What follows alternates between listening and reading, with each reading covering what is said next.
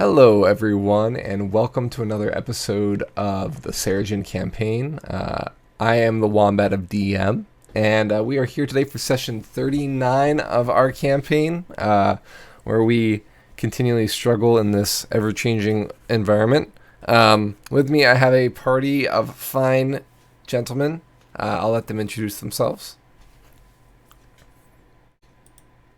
I am the Banewall, and I play Belzian, the half-elf monk, who very well may perish shortly. We shall see. I'm Amethyst, and I play Roger Mays, Vargile Slayer.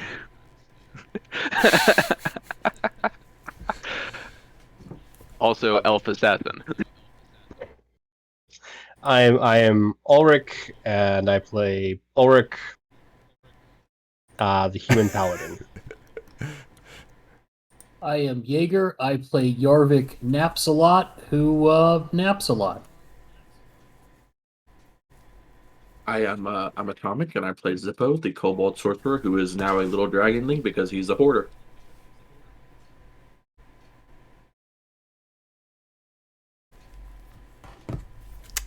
Awesome. Well, welcome everyone. Welcome back. Sorry we were delayed a week. We had some issues in real life. Bane got snowed in. I hope that's okay for me to say. Blame Canada for any issues. But we are here today, and well, we left it off on a doozy last session, right, folks? The group, having recently slayed Vargiles, as Roger aptly put it. Unfortunately, during the battle, Belzian was cursed by the Vargile curse. They didn't know exactly what might happen, but they knew it wasn't good, and they needed to find a cure quickly. But unfortunately, none of the party had any means to do so, so they had to quickly think, where could they go? So they headed toward the wall and then headed east and ran into a group of free humans that had escaped from the vampire's domain and are living in a bandit camp. Ulrich, with some convincing, was granted access to this village where the leader had the ability to cast a spell to save Belzian, but unfortunately had not prepared it today. So, in the meantime, the group is kind of bartering and interacting with the village, while Belzian is doing his best to keep the curse at bay. He did have 3 daylights cast on him throughout the night, the following night, in anticipation for morning. And we left it off with Bane about to say something via the rings to the whole group. So I think we'll start there. Bane is in a... sorry, I keep saying Bane, but it's Belzian. Belzian is in a pretty bad state at the moment. I am both feeling himself near death. And he is fairly convinced that he's not going to make this ordeal. I did make out an Excel sheet kind of thing, like how charismatic was Belzian, but the charisma is going down steadily every hour, and he's becoming less charismatic. He's becoming, well, maybe a little bit of like an asshole because he's scared of dying. You know, most people are. I don't have that chart with me right now. That's fair. Would you like to free vibe, or would you like to just continue forward? So, you ever think you're on hold when you phone like a store or something, and you didn't know that everyone can hear what you're saying, and you vocalize all your thoughts, but your thoughts are kind of mean and passive aggressive? Belzian forgot to turn the ring off on his supposed last night on this planet. And he kind of just, freestyled all his thoughts. Would you care to give a sampling? Yeah, so I'll go alphabetically. No, I'm kidding. He was very upset between like fervently praying to the 12 and like hoping that he doesn't die, like sincerely. He would also be slightly upset at all the other party members for not preparing like a remove curse spell. We've had so many long rests. No, I'm just kidding. But he would have been like, Zippo, you stupid little kid, like Yarvik, you like midget. I dislike small people. He hates his heritage. He doesn't like elves. Roger, you suck. Do you know who else sucks? Humans. Ulrich, you can get bent. He overheard everyone saying that they will shoot him with arrows if he turns into a vampire or a vargoyle, and he thinks, yo, I will 100% use my monk skills to deflect these arrows. You ain't got nothing on me. That's basically it. Belzian is melting mentally. He is losing his mind. And intermixed with that is more frequent Vargile screams emitting out of his mouth. So like every other word is a screech instead of a normal pronunciation. What kind of screech is it? Like the cats fighting outside kind of screech? A fox in heat? No. It sounds like a woman being murdered. I've also never heard that. Can you give us an example? Not without disturbing my cat and everyone in my household and everyone next door, And because probably I don't everyone do things listening in right now. Right. Yeah. Also and us. everybody watching. Hi, everyone. So I'm just gonna say, go on YouTube and don't type in "what does the fox say" because it's a very different video. But just look up "fox at night" or something like that. Fox call at night, and you'll probably hear the chilling sound of a fox scream or screech. We can only imagine. Yeah. So, Belzian, as your mind melts, take another charisma point of damage. Ouch. What are you at now? Belzian currently has 4 charisma. Yes. Another hour goes by. The daylight spell has obviously worn off, and you take a second charisma point of damage. And finally, morning comes. As soon as day breaks, the village leader, and let me pull up her name real quick. I think it's Vera. No, Toli. So, Toli rips open the capsule that she's put you in. You're half snarling at her, and she touches your chest and begins murmuring an incantation, a spell. You immediately feel relief. You feel the screaming that was in your head and then sometimes escaping your mouth to it feels like it is ripped out of you, and you can feel that presence leave you. But what you're left with is a haggard, worn sense of self. You're panting. You're breathing hard. It feels like you didn't... Well, I mean, obviously you didn't sleep last night. You were in basically a feverish state the entire time. I assume by this time the rest of the party is present. What did you folks do throughout the night? I know you were able to rest because the village was taking watch. What was your plan for the morning? I think Ulrich would just be prepared to, either hug or kill Bane, depending on what needs to be done. Or Belzian, sorry, not Bane. Yeah. I'm kind of backing him up. I've got the bow and arrows and trying to think about that and figure that out. And also at the same time, like, I don't really want to have to shoot my friend, but you know, I don't know. I mean, you After probably what could- he said, I'm fairly ready after what he said. he's in a bad place. It happens. You get it out. Oh no, I get it. I just you know, you just kind of dig into that motivation if you need. Before we continue through this, I'll interrupt by providing you with the sound that Ulrich has provided me. So here is the sound of a fox.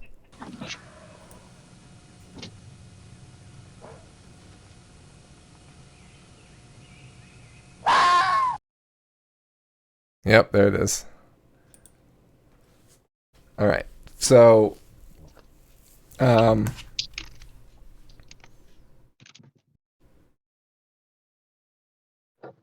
Bane, you also provided the sound. Excellent. I can't actually click on that from the. Is that the one you also linked? Nope, that's not it.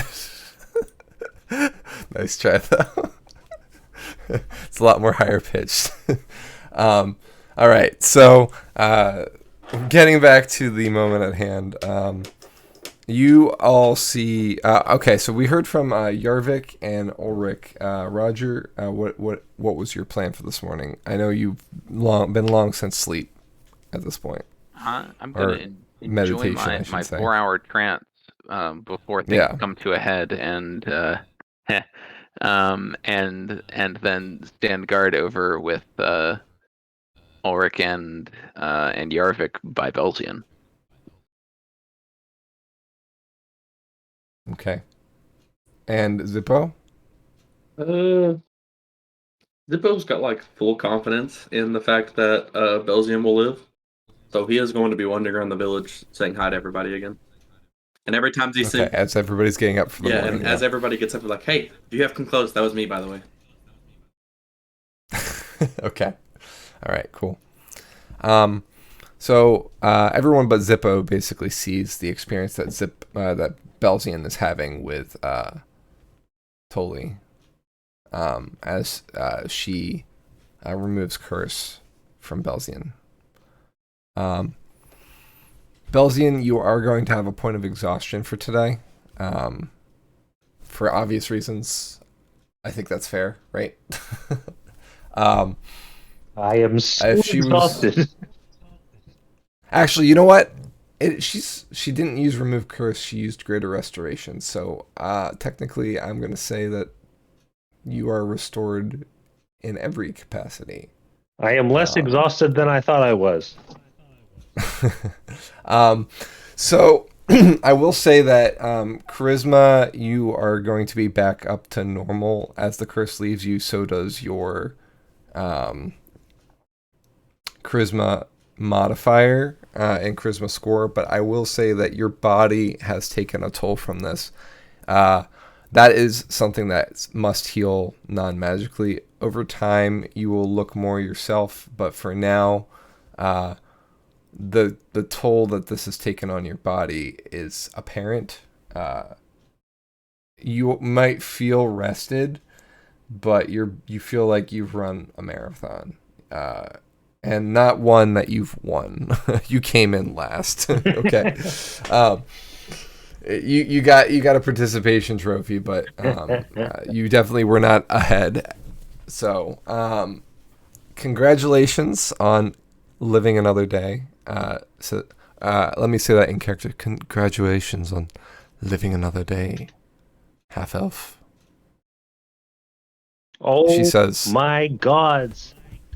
Belzian is exhausted but happy. Thank you so much.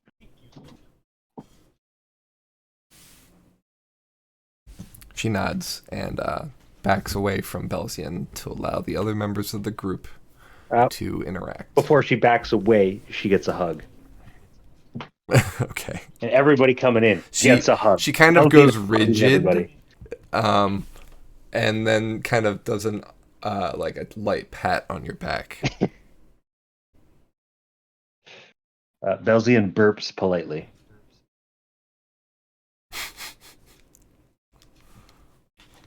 So, just to clarify, is he, he lives another day. Does that mean we're done? Is he cured?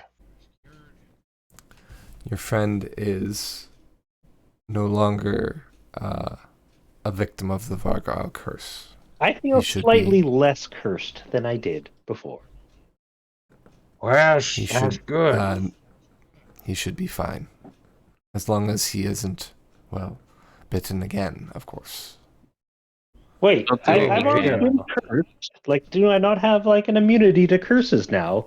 If we run into any more of those flying head things, like, surely I have some resistance against it. This is not a virus or that needs a vaccine. This is a magical malady of the netherworld. The creatures that you interacted with are the dead, and they tried to make you one of them. Oh no. Right. Well, I mean, I think traveling in daylight, because that's just kind of been our main mode of trans. God, I can't speak right now. I'm just so choked up that you're all right. But anyway, what I'm trying to say is maybe we need to kind of reconsider when we're traveling, when we're sleeping. So you want to travel at night, sleep during the day? Well, I mean, at least we'll be awake and ready to take them on, since they seem to only come out of the night. Yeah, I'm with that. I think we talked about that earlier, but we decided to kind of kick that decision down the road a little bit. Yeah, because Yeah. Belzian was cursed. But now that- I mean, yeah, exactly. He's not cursed now, and honestly, the last 8 hours have felt like weeks.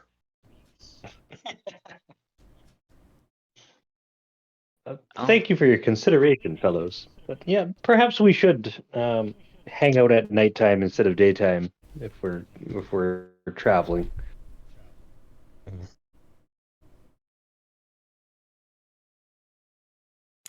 And I think almost everybody in the party has the availability to. I mean, I've got Yarvik's got dark vision, so I don't know about anybody else who is not natively a dark vision person.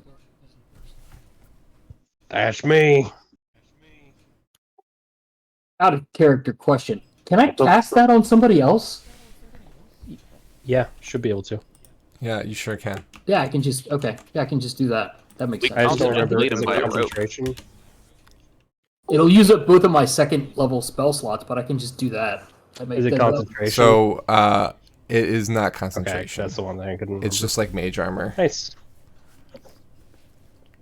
So yeah, it's a second level spell. You touch a willing creature to grant it the ability to see in the dark. So like, if somebody doesn't want you touching them, then you can't give them dark vision. No, I don't want to be able to see. Do not worry, Ulrich. We will be your torches in the night. That's what I'm afraid of. Will be your lack of torches in the night. There you go. Don't worry, you couldn't see anything when it was sunny out either. So, I guess that kind of leaves us with where the hell are we going at this point? I think we're just Where the heck are we? We're in like some random, strange, free human settlement, far, far east of where we started. Where are we trying to go? The original goal is to head just north of Elmerau. Yep. But do we want to still try and find our way to... Oh, actually, hey, do you know where, since you're always probably looking out for the elves and things like that. Do you know where they step through trees? Have you ever seen that? We have. Do you know where the nearest one is? I do. Yes. Well, that's damn handy. I mean, how else would we have chosen this area? We wanted to be not in the path of normal travel, if you will. Right, exactly. Could you point us to it? Yeah, because we want to be in the path of travel as it happens. I could direct you to it, yes. All right, it was great. Provided that you honor our agreement and not tell any elves about us, of course. You do not exist as far as I'm concerned. And I mean that. As far as Belzian being, struck by the Varga curse and healed by me, you might have to keep that between us as well, Belzian. I am feeling much better. Thank you very much for your continued assistance. However, I feel of the opposite variety. I don't think you should live in hiding. I don't think you should pretend you don't exist. I think your existence should be known. I think you should live. I think you should thrive. Well, What kind of life is this, hiding in the forest? I, if I can maybe expand on that a little bit, there is a whole continent full of humans. We Free kind of run. humans. Yeah. It's I mean, it's everyone has a certain, there are power structures, but largely I would say it's been a human run society more than anything. But I wouldn't say that that's necessarily a good thing because war just is. I love home. I'm just trying to be real with you. War. It's not vampires, it's war, and I think more war is coming. But if you're interested in such a thing, I can certainly kind of point you in the direction. I do believe that life in that direction, but you'd be able to control your own destiny a little bit more than you can here. You wouldn't have to live a life of hiding. Yeah, I mean, the bright side, the vampires aren't as prevalent. What do you mean as prevalent? She speaks up. Well, I mean, people like tell stories and things like that. I've never seen a vampire. Now, we really don't have a lot of vampires back in Seregen. Yeah, I mean, I see the last thing I mean, also there aren't walls anymore, so I don't want to say there aren't vampires at all, and then you get there and then you meet a vampire that maybe has hidden around for a long time or came out from, these lands. That would just be embarrassing, egg all over my face. So vampires aren't in control and are largely unseen. Calvert was telling me some of your journeys and mission yesterday.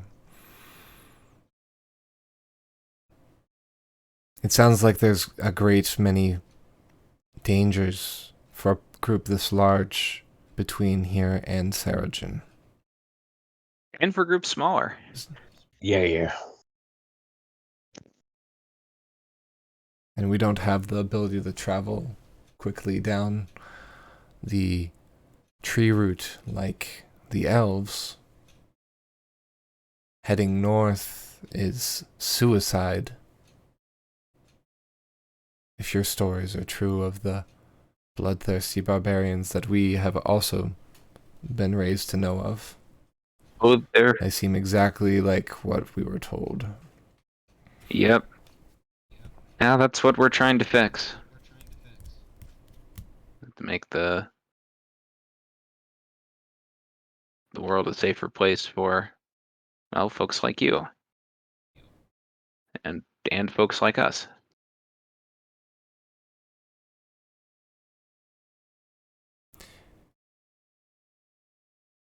We aren't just surviving here, she turns to Belzian again. We aren't just hiding. This village used to be but 12, and now it is over 100. We have been reclaiming our peoples from the Baroness to the south for years. I cannot abandon my compatriots for my own freedom, if I would even reach that far. I was born in Necrata. This war that you speak of is a war that was also in Necrata long before the barbarians came. A quieter war, yes. Oh, I wouldn't even believe the vampires would call it one, but a war nonetheless. We are fighting for our lives here. I cannot just leave, and I'm sure some may be tempted here. The walls being down, some may leave, but a great many will not. And I count myself among them. Well, yeah, I mean, you're gonna have to make that decision. And I think it's good what you're doing. I just wanted to point out that eventually you're going to outgrow this settlement, and attention will be, eyes will find this place. So it may be in your interest down the line to consider this as a stopping point onto maybe other pastures.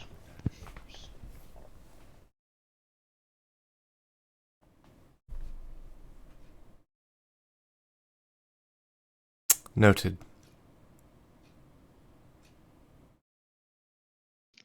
I believe that there will be a time for you and your people to thrive. It may not be today, it may not be tomorrow, but I think your time will come soon.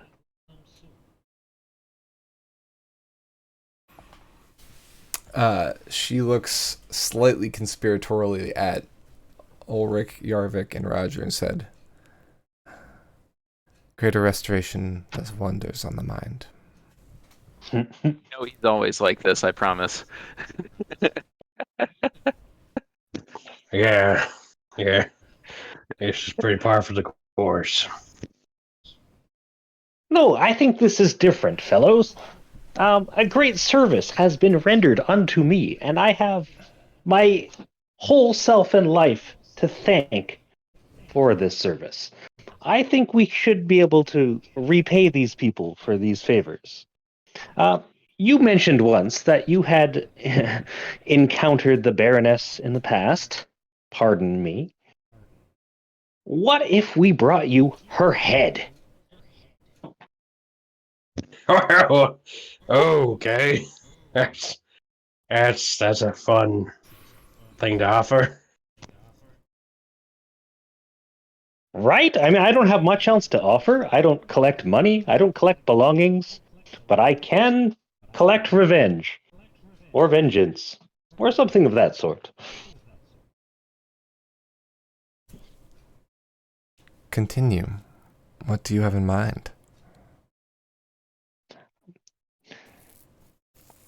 I do like this land that we've been traveling in. I don't like any of the cities, and I don't really like any of the people that we've encountered. But there does seem to be a lot of monsters and vampires that are kind of a downer to the whole society thing. Is there any way we could repay you by removing some of these dangers to your society?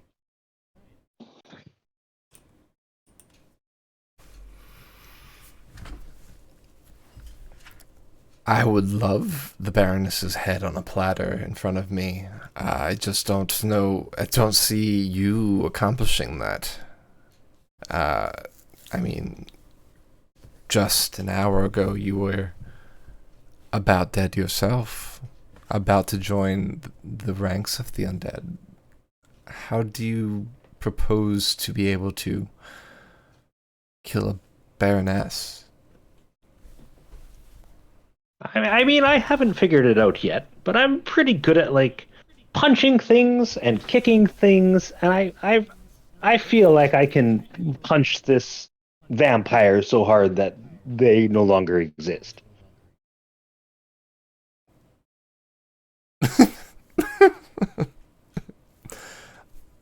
I do not mean disrespect, but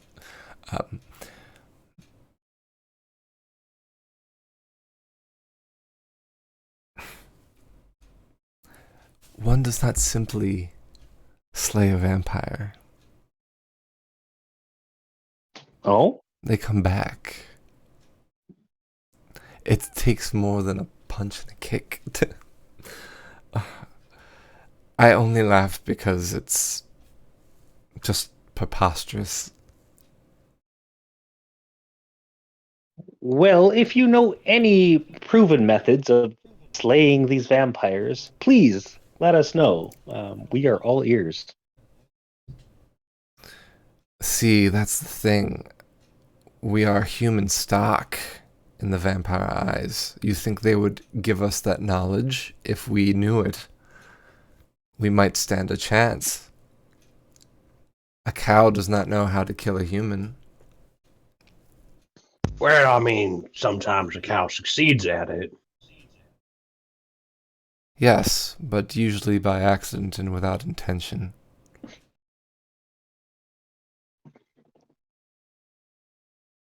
And usually the cow is put down for it. I'd just like to put out there that bulls are cows too. Bulls with big horns.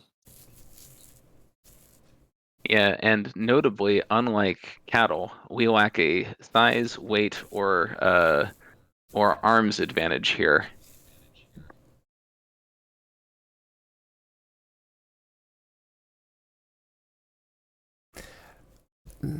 There is an arena where the vampires allow groups of humans to attack a single vampire for sport. They've demonstrated to us time and again how futile those efforts are.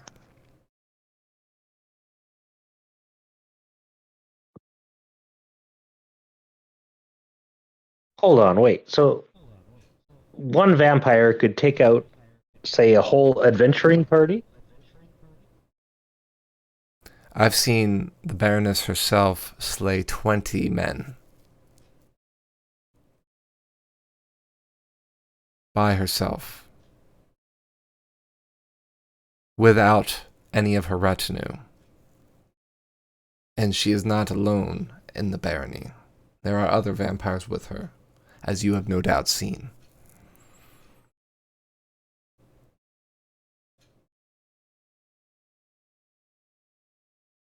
I see.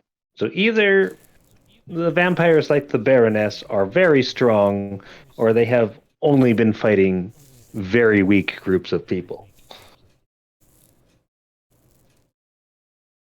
I think, given our experiences with Steen are just the ones, I suspect it is the former and not the latter. Come on, let's not worry too much about trying to kill the vampires, and let's just try and escape. Yes, we are currently on a path. Perhaps it would be folly to go down a different one at this point.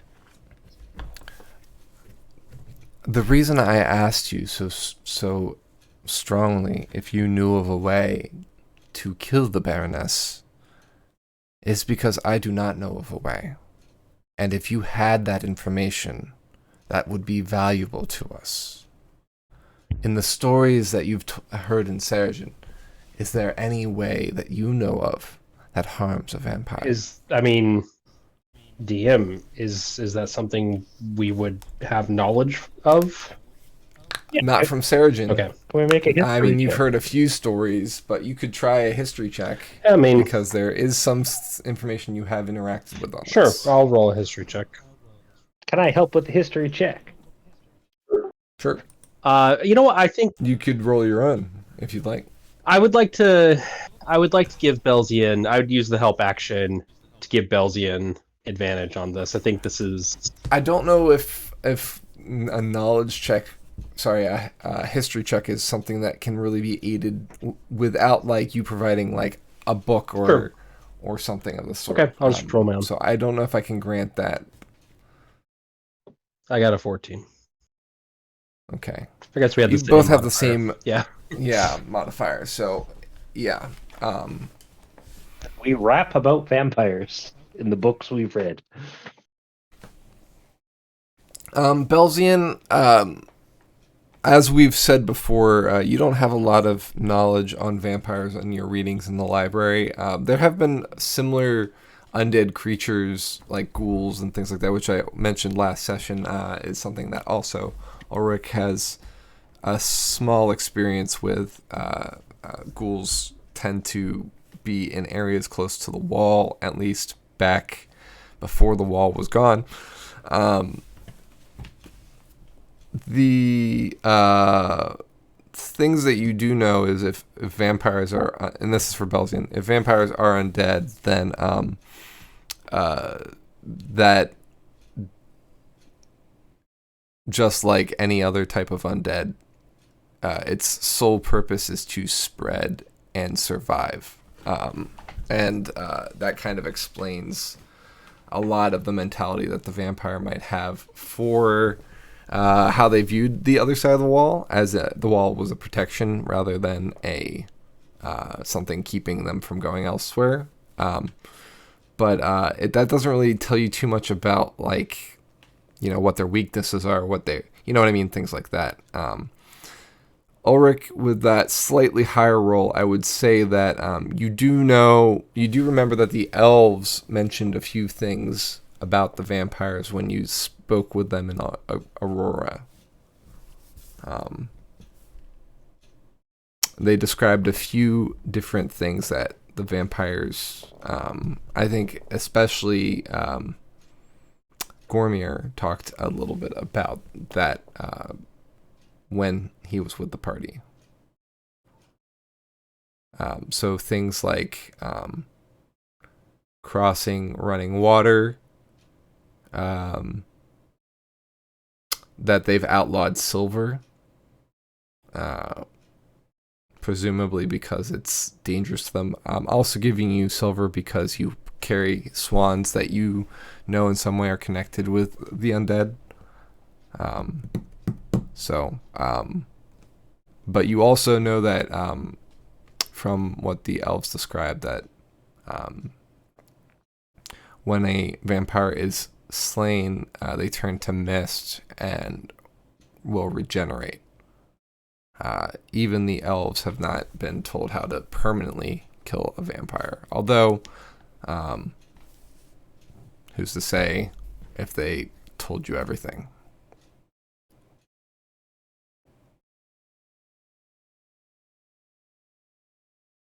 One more thing, you know that vampires cannot enter a building uninvited. Right. I do recall that. I think we were discussing that when we were in that tower that one time. I mean, silver. That's my big recommendation. Yes, I think if we build a house out of silver and don't invite them in, I think we might be okay.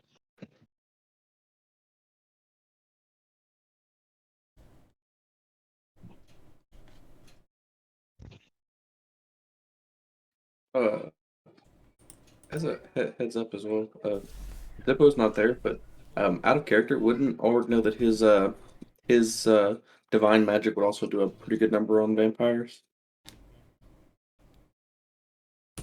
He knows that it does that to undead, so If he puts 2 and 2 together, yes. I think, Elric would point out, and I mean, the daylight. Surely, I mean, those little bat heads are, they're not vampires, but they're vampires, right? So that surely has got something.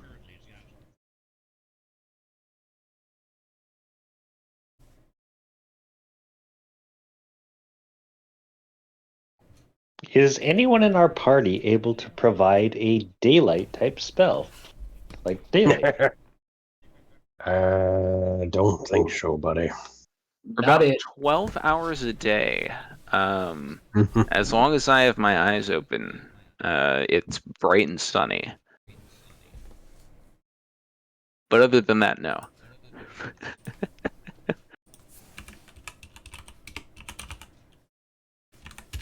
I wonder if the Vargoyles are adverse to things like torches or just, sources of light.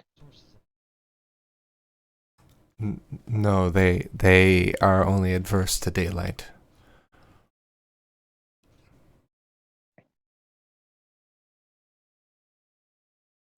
Well, maybe we should stay out of the forest because I do not want to get cursed again.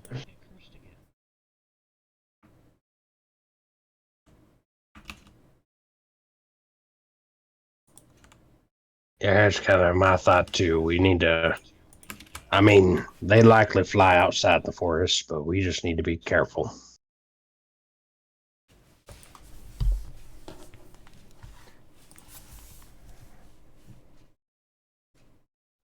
So, the easiest thing to be careful is if you point us back to the path where the trees are, where they, that special elf trees are. I can point you. It's southeast of us. I can. Do you have any map or anything of the sort? I can put something on there if you have something I can mark. If not, I could maybe draw something for you.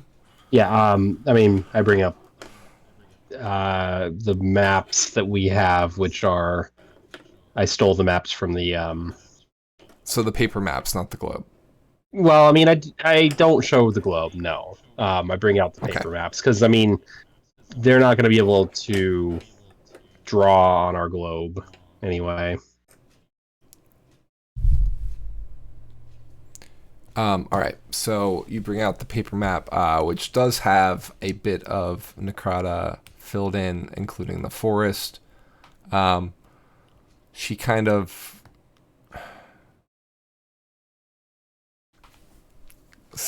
stares at the map a little bit and corrects a few of the edges of the forest. Draws in a few, more of the rivers beneath because obviously the rivers were not really depicted. And then she marks a tree on the map. Let me put in one while we're talking. By the way, the classes that I listed in the Roll20 chat are the different classes that can cast daylight. Excuse me. She also marks this circle down here at the fork of the river. That is where the Baroness's home is.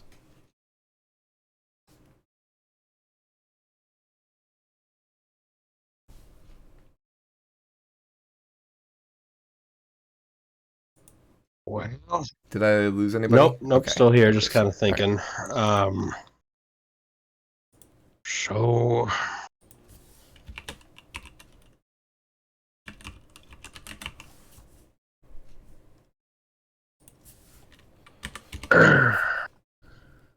Just kind of thinking about, like, how far... It's 130 miles. Yeah. well, I mean, I really can't express our gratitude enough. If we figure out a way to take out the vampires, we're certainly going to be back to let you know that. And yeah, I don't know. I don't really have anything else to offer. I'm sorry. Do you pass on any of the information that you know about them? I mean, yeah, I passed. I'm sorry. I assumed that was. I definitely said what I said or what I knew out loud. Okay, all right. Yeah, like total like amicable, like thankful situation. Absolutely. I figured that was the case, but it hadn't Sorry. clearly Yeah. been stated, so I wanted to make sure. Yeah, absolutely. Definitely share it. Belzian keeps hugging people. Belzian is happy to be alive.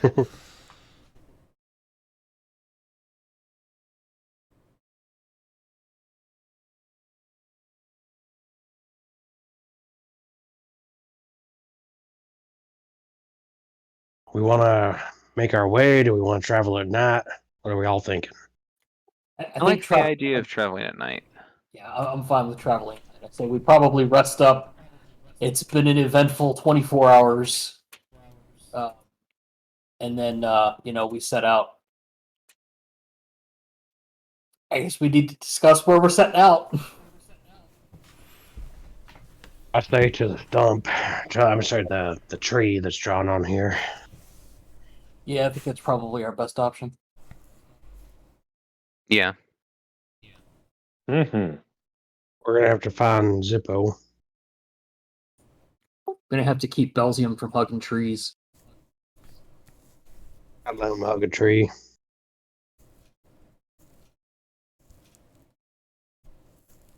You can try your best to stop me, but I'm pretty good at hugging things. I have the grappler feet, you see.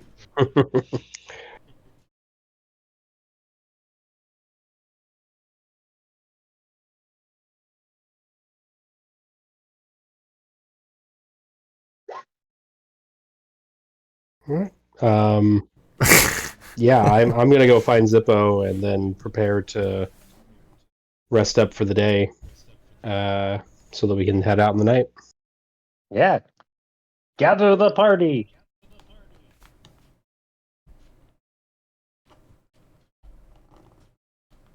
Ta-da!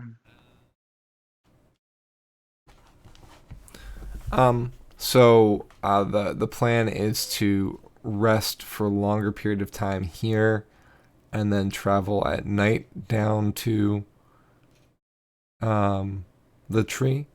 Yep.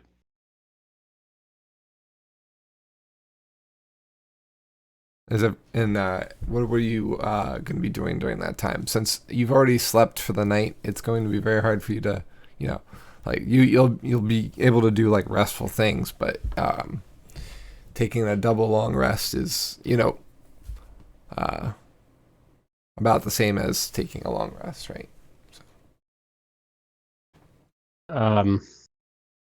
I don't think Ulrich has anything in particular he wants to do here. Just I think he did the healing of people last session.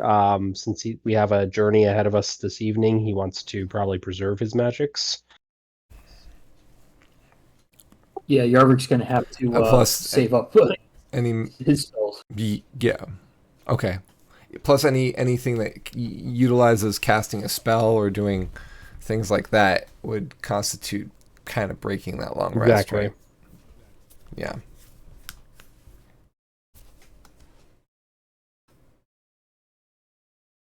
How about Zippo? Once they find me and we decide to rest for the rest of the night after I finish, telling everybody that they're welcome for cleaning their clothes, Zippo's going to open the little pouch and go down in there and just kind of like look at his new armor again. Okay. He can't wear it, but he's admiring the heck out of it. Sounds good. Do you do anything else in the bag of I haven't holding? really looked around the bag, so I'll just start looking around the bag, just like remembering, like looking in my drawer to make sure all my stuff is still there, make sure nothing's disappeared. Mm-hmm. Okay. Everything's still in the same place. I'll also be rubbing on the The- statue that I got, like the vampire statue that's down here. I'll be rubbing on its belly Mhm. again. Okay. The beard, you mean? Yeah, beard. Sorry, I knew it was something with a B. My Yeah. brain just got it mixed up. Yeah, it's because I compared it to a Buddha Yeah, statue with the belly being polished.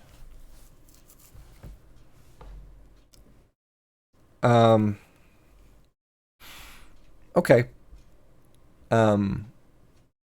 While you're kind of checking things out, you do find that there's a few boxes adjacent to, well, not boxes. They're like leather envelopes, almost like leather.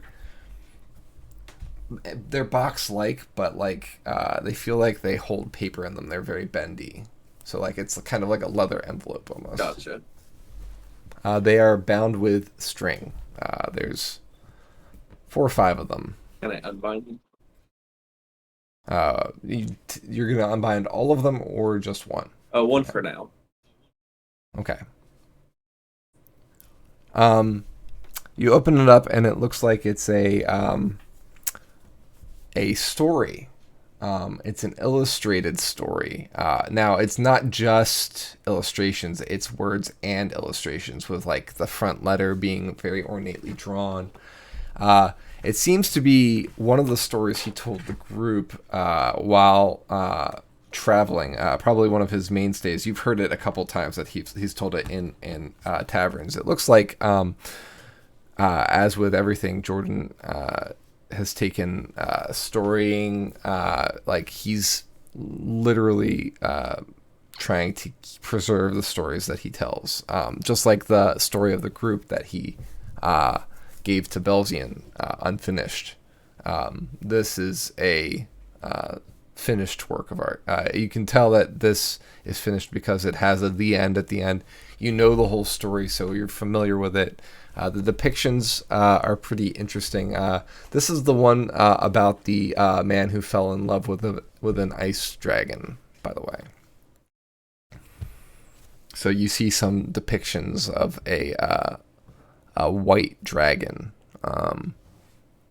and a man. Knowing the story, Zippo's gonna just flip through it to look at the pictures. Mm-hmm. And while he's flipping through it, he'll probably, like, before he starts flipping through it, he'll move to the bed. Or not bed. There's no bed in here. I don't know why I keep thinking there's a bed.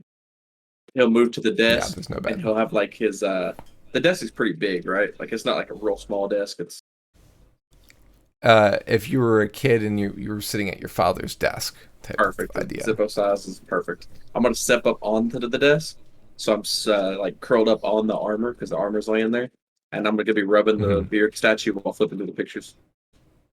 Okay. Cool.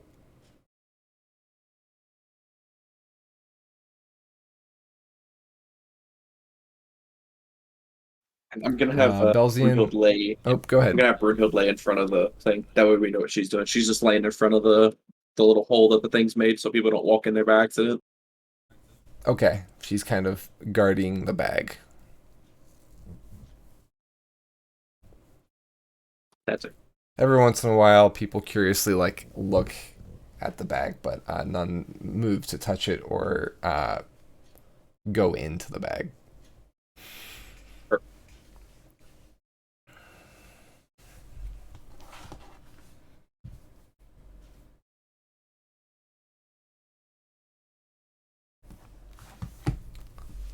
All right, awesome. Roger, Belzian, Yarvik, you folks doing anything during this longer rest? Nope. Nope. I think we're probably pretty okay. I don't think we really need to hold a detailed watch. So Yarvik is gonna find a tree already up in the trees and just crash out. So you're taking a nap, is what I'm hearing? Yeah, exactly. Stay time. Stay napping. With his pipe. All right. So I went to like IRL. I went to a karate tournament last weekend, and there's just a lot of people like punching and kicking the air, like doing their kata or like whatever, like their routine. Belgians doing that kind of stuff. Okay. You're going through motions that you were trained in that you haven't really practiced or had the need to practice in a while because you've been utilizing them almost daily, right? So this is kind of you're using your body to its fullest extent now that Right. The way of you the kind of open taking hand. it for granted. Yeah.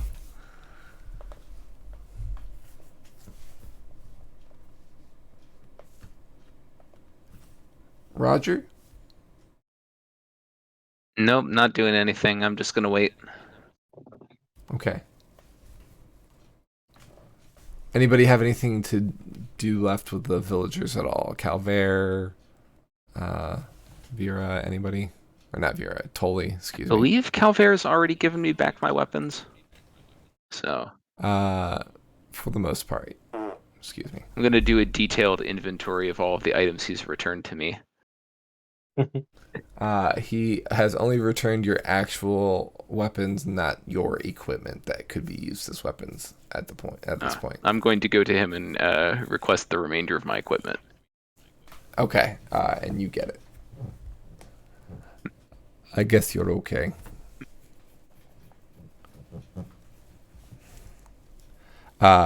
Being that you healed his father yesterday, or helped to, he's kind of amenable now.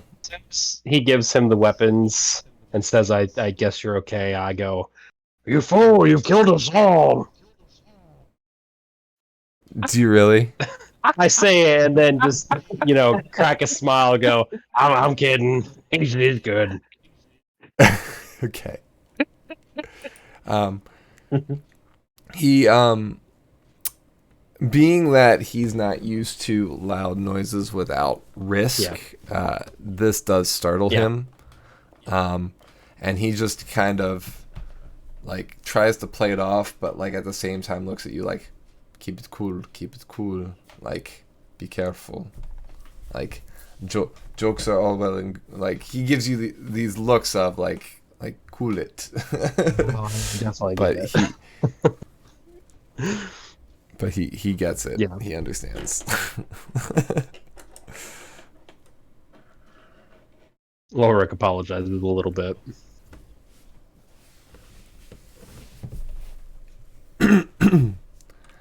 How much time do you usually spend traveling throughout the day, would you say? Morning to evening, and then you rest? That sounds right. So, what time would you like to set out today, knowing that information? I think it's sunset. Like, do you want to finish traveling at sunrise? Yeah. Is that the goal? Essentially, yeah. Okay, so sunset to sunrise Pretty much. is going to be about 10 hours instead of the 12 or 14 you usually travel. Okay. We tack on then the extra hours just so that we To the beginning. maximize. Yeah. Okay. Would it be like the 9 to 9, but like the nighttime shift? Yeah. I think that sounds right. Sort of. Yeah, usually we're like, 9 to. I would that's say fair. we probably you need time to set up and break camp during daylight when you're normally traveling, so you don't spend all day traveling because you don't want to Right, set up and correct. break. And you also kind of take breaks as you go, Right. and stop to eat and But we don't. investigate things or whatnot. So Yeah, but my idea was we don't have to worry about like we're traveling at night. It doesn't matter whether we set up or break camp. Like we could any time, right? you can leave at any time that you'd like. Yeah.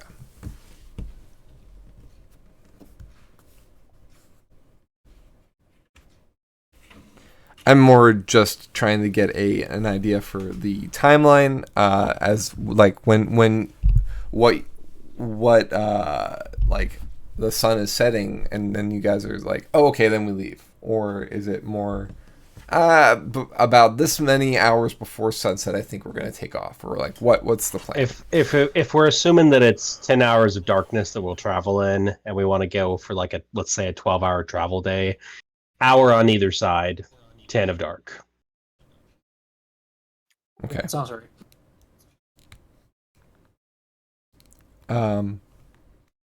So I would say 7 o'clock is sunrise. Sunset is usually around. Well, it's the height of summer, so it's actually probably closer to 8 at this point. So, if you're tacking on an hour to either end, it would be you'd start at 7 and stop at 9. Or no. Yeah, Sounds good. something like that. Ah, yes, breakfast time. The perfect time to go to bed. Exactly. Right, so you take your time kind of keeping to yourselves. Before you go, Calvert brings food for the group for their travels. It looks to be a week's worth of food for each of you. It's mainly dried meats and fruits. Similar to what you've been subsisting on, but the dried meat is delicious. Smelling. If you take a bite, it is also delicious, but right now it smells delicious. I'm not going to presume that you eat your rations immediately. So, Is any of it like duck sausage? none of it is duck sausage, but that is a good Jorvik question. is intrigued. It's like, what animal does this come from?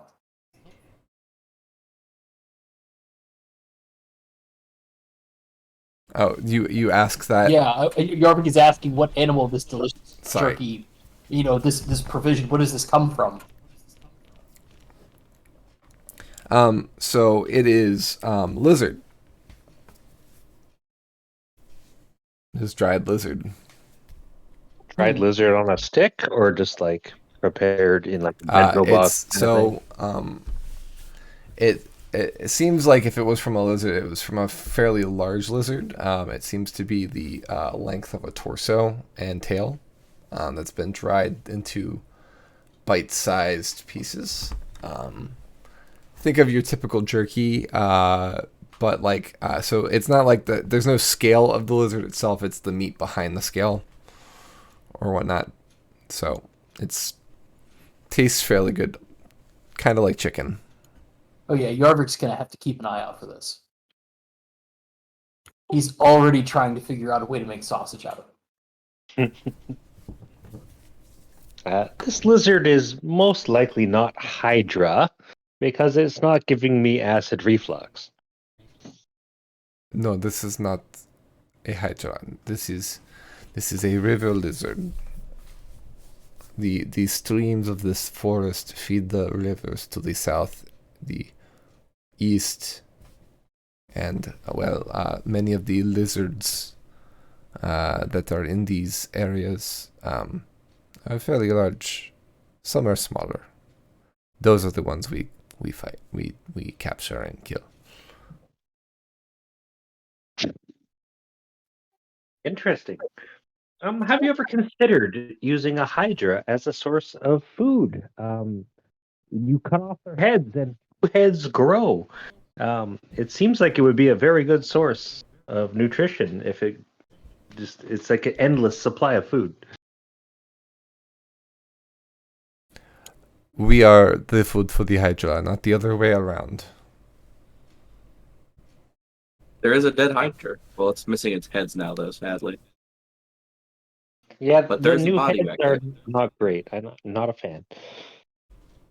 In the Clara, hydra eat you. I do not know what it's like in Seregen, though. My first time meeting a Hydra was here, and I messed that thing up. So I'm sure you guys can do it. Jorvik pulls out the piece of dried Hydra flesh that's the scales. Yeah, like these.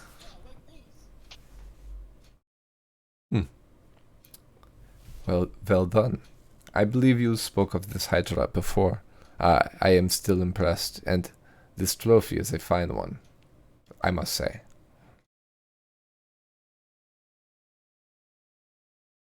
Thank you. Yeah, it was a lot of fun. But, It was pretty good fight. Pretty good fight. don't let it bleed on you.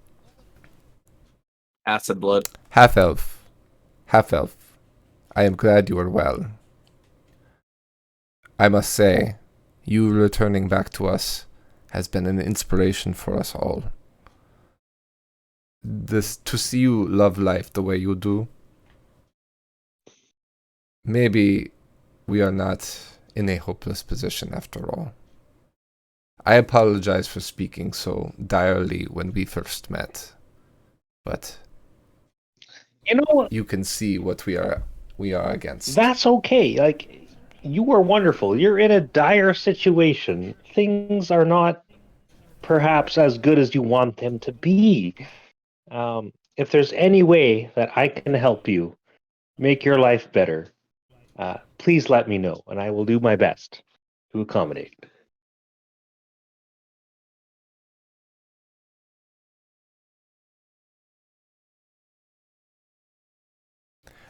I don't know if you can see me, but I nodded. Yeah, no, the camera on Discord is still frozen. Is it frozen for anybody Mine else? isn't, Like, Yeah, Yeah, it that's is fun. okay. Weird. Back, it will refresh, but then Yeah, I think it's just Which isn't either. I'm on mobile, and I think it's just a matter of like data usage stuff. yeah, Yeah. sure.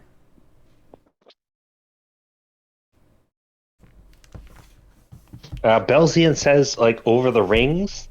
How about we try to get some vengeance on this Baroness vampire a little bit later when we're done our current tasks? What do you think?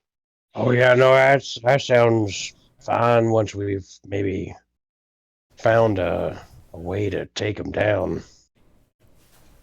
And met the dragons. Maybe Yeah, the dragons can help us. that's kind of where I was thinking. Yeah.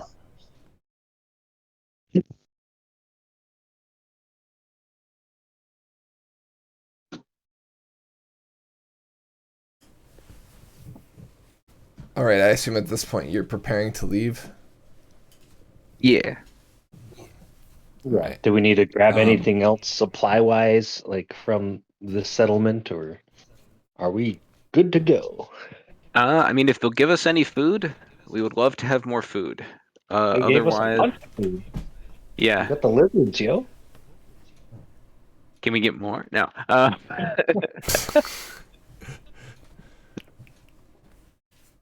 In that case, no, I'm ready to go. Calvert drops the ladder and kind of shakes each person's hand as they go down. If they're willing to be shook, Of course. who's going down first? I assume it's Ulrich. Yeah, sure. Ulrich goes down. Brunhilde. Yeah. Okay. He shakes Brunhilde's paw first and says, "Good puppy," and then he pats Ulrich on the back and says, "Thank you again for my father." All right, anytime, dude. I don't know why I just said dude. That's not really in character. But I mean, dudes are like horses, right? So, you know, you pat me on the back while I got a dog here. I just felt right in the moment. this saying, this dude, I like it. I might use it again. Yeah. You can say I coined it because I genuinely do not know where I got that from.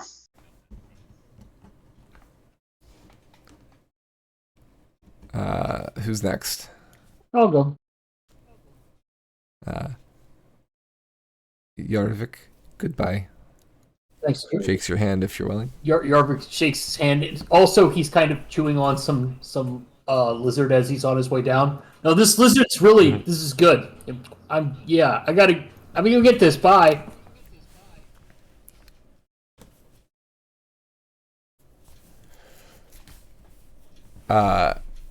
Be careful with the bark dragon that you do not get bit by it.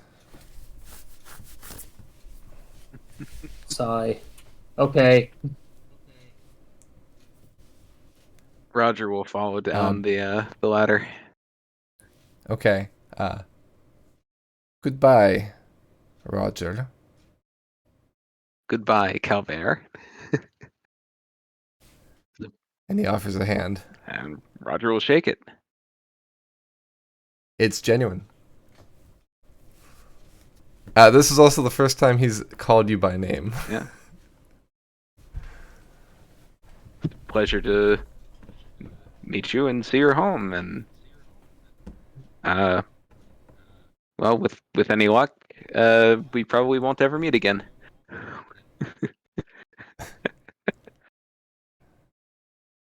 Try not to shoot anyone that doesn't deserve it. I'll do my best for you, buddy. Zippo, Yep. thank you for doing what you have done for this village. Whether you like us or not, you are all right in my book. Everybody likes me. They do. You are the talk of the town. Only natural when you look like me. And Zippo like a grin. Goodbye, my friend. Goodbye. And keep that statue out of sight. It is a bad omen. If I ever gain anything from it that's helpful, I'll let you know. Okay. And then Zippo will shake his hand.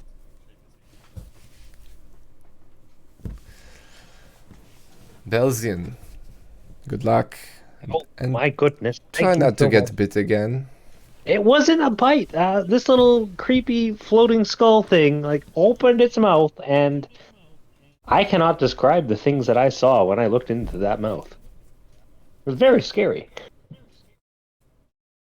I do not want to know. I hope I never do. Oh, it was so scary. Like, think of the scariest thing you've ever seen and multiply it by like 100. Belzian is shaking this guy's hand like too much. He's Okay.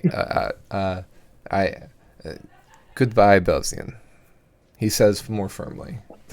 goodbye. Belzian does not end the handshake. He just keeps going. All right. At some point, he tries to make a strength check to resist your grip. Do you resist? Do you want to make a grapple? You grapple? Hold on. What do you want? Like a strength check on that? Yeah. Are you fighting my resistance, or are you gonna let me go once you sense it? No, Belzian is perhaps socially unaware. He's also very happy to be alive. Meter beat. So you all hold on as he tries to get out of your grip. I take this dude down the ladder. Like while we're shaking Okay.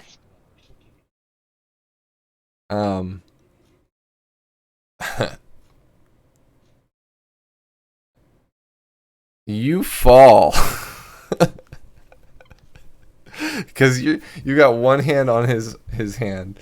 You're using the other one on the ladder, and you're dragging him down. You fall out of off the ladder and bring him with you. Oh. Can I use slow fall as a reaction? Yep. Yes, you can. Unfortunately, I don't think the other party can slow fall. And I made a dexterity saving throw and failed, so I plummet off of off the scaffolding onto the ground. I think the handshake Hard. Belzian apologizes and leaves promptly. How badly is he look injured? He took 5 points of damage. He's dead. He looks bruised. Yeah, Ulrich puts his hand on his shoulder and says, yeah, you gotta be careful with handshakes with that one," and heals him for 5 points with lay on hands. Okay. He'll be fine. Let's go. At this point, he kind of is walking away and waves backwards like this, And climbs back up the ladder. Pulls it back up. Well, well, what a guy. What a city. What an interesting place. I could have died there, and I didn't. And this is amazing. I'm very happy to not be a floating skeleton head thing. Likewise, I'm glad you're good. Now, let's see if we can get this little journey back on track.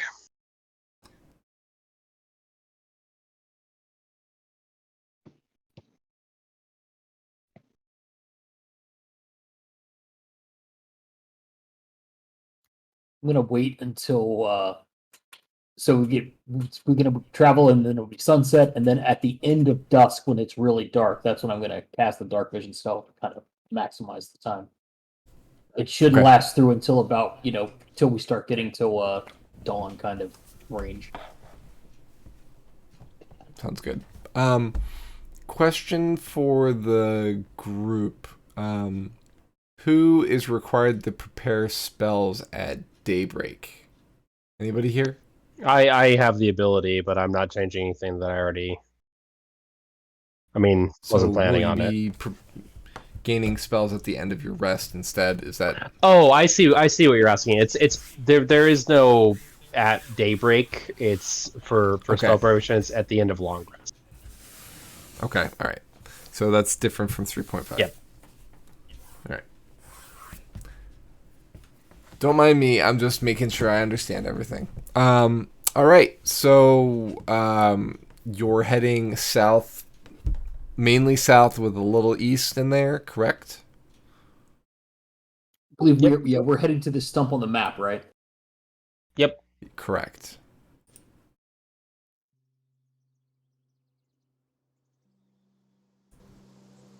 It's closer to directly southeast than it is directly south, but yeah. It's south with an eastern direction, right? Southeast would be a little bit more east of where you're heading, but yeah, it's generally, yeah. Like southeast would be about here. Yep. So Well, we're heading to the south stump. with an east, yeah. All right.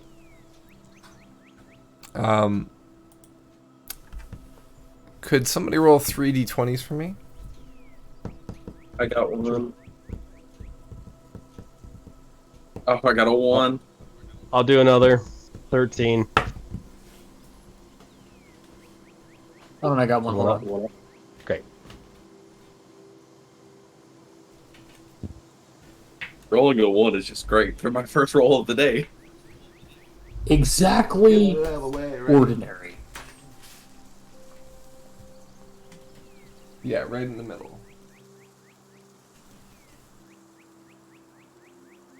Huh. Alright, well, I'm just going to roll with it for now. Alright, I will take those rolls into consideration as the group heads southeast. You'll travel for a few hours before sunset begins. Of course, sunset feels a bit earlier in the gloom under the trees because, you're in a forest. It's overcast pretty early. Less light is able to break the canopy when it's at an angle, and so on, right?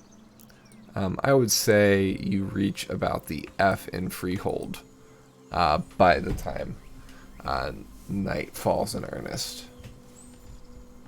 Yarvik, you said you're casting Dark Vision at this point? Yep. So I have got 3 slots, so I can do dark vision for myself and 2 others. So that would be what? Ulrich and Belzian, right? Belzian actually has dark vision. Okay. So I guess just Ulrich.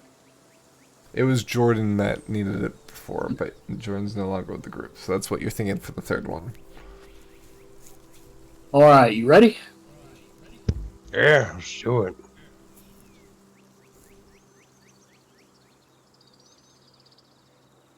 All right. So 2 Dark Visions are cast. Just make sure you mark those slots as used for your second level spells, and that'll be it until after the break. Let's take a break, 10 minutes, and we'll be back for the second half of the session. Stick around, everyone. We'll be back.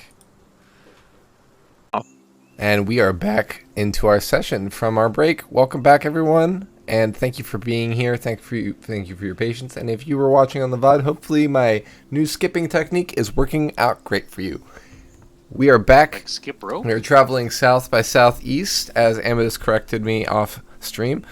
We are heading toward a newfound location of a maple tree. Hopefully this one isn't burnt to the ground. And we have gotten to the point where it is nighttime. To describe the weather, it's been a clear day. There is a slight breeze. The wind has picked up a bit as you've headed south. But as night falls, you notice that it's fairly clear night. There's no overcast skies or anything of the sort. And both of the moons are in a thumbnail. They both seem to be waning. So that is something to note as well. So they both seem to be on the same waning cycle at this point, which is uncharacteristic, right? Because they generally are a little bit askew from each other, one being a little quicker than the other. But for the last couple of days, you've noticed that they've seemed to be matching their cycles a bit. They both seem to match each other. Like you recall that the last couple of days, they've both been in half moon, and now they're both at waning moon. So it's just an interesting factoid for sure.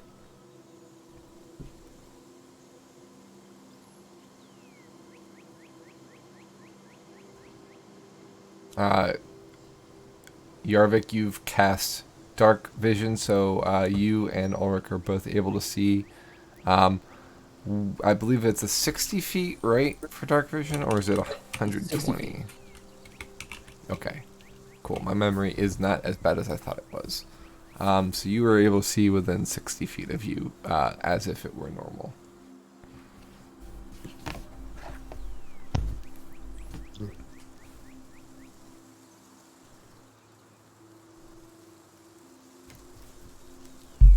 So, any things that you're doing while you're traveling? Anybody keeping an eye out for things? Like, what's the general mentality, goal, process of traveling south by southeast? thank you for the screech of the bats. I'm going to be holding on to one of the leaves and keeping an eye out for trees. General walking, orienteering, for lack of a better term. There was going to be a petting Brunhild and robbing the statue. Okay, so like patting your head and rubbing your stomach type of idea, except with a statue and a dog. Mhm. Like, Belzian is super freaked out about any of these gargoyles. Any sound in the night, it's just like, what is that? Ah! He is ready to slap. He is ready to slap anything.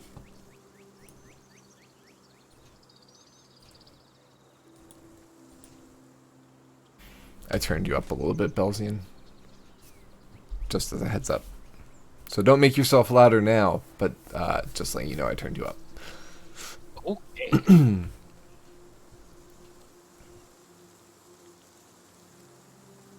All right. As you travel, the night is fairly uneventful as you travel. You don't hear any sounds of gargoyles throughout the night, for the first time in a while, actually. It seems like maybe the area around Freehold has been made clear of them by the humans in the area, but ultimately, yeah, you don't hear any evidence of the flying heads that have plagued you for the last 3 or 4 nights. So there is at least that saving grace. Keeping an eye out for that tree as you travel, Amadeus, Roger, you are able to. I would say let's make a perception check, but roll with advantage because you are holding the leaf. So when you get close to that, it will glow. All right. 21. Noted.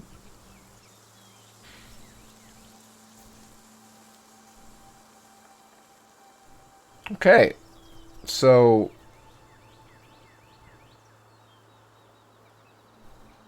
the ground is fairly even, although sometimes murky. You cross a couple streams in your travels, but nothing untraversable. It's all pretty shallow. Even Brunhild can walk through it pretty much unabated.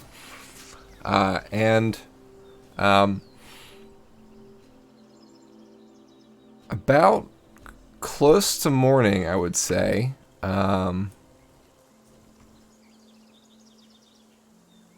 Roger, you do start seeing less trees, and the trees are thicker now. You're not seeing the telltale of a maple yet, but this is looking more familiar with the kept forests that the elves are known for. And you're in short order able to locate one such maple and another one about 100 feet from it. One is more west of the other. Well, we want to go east.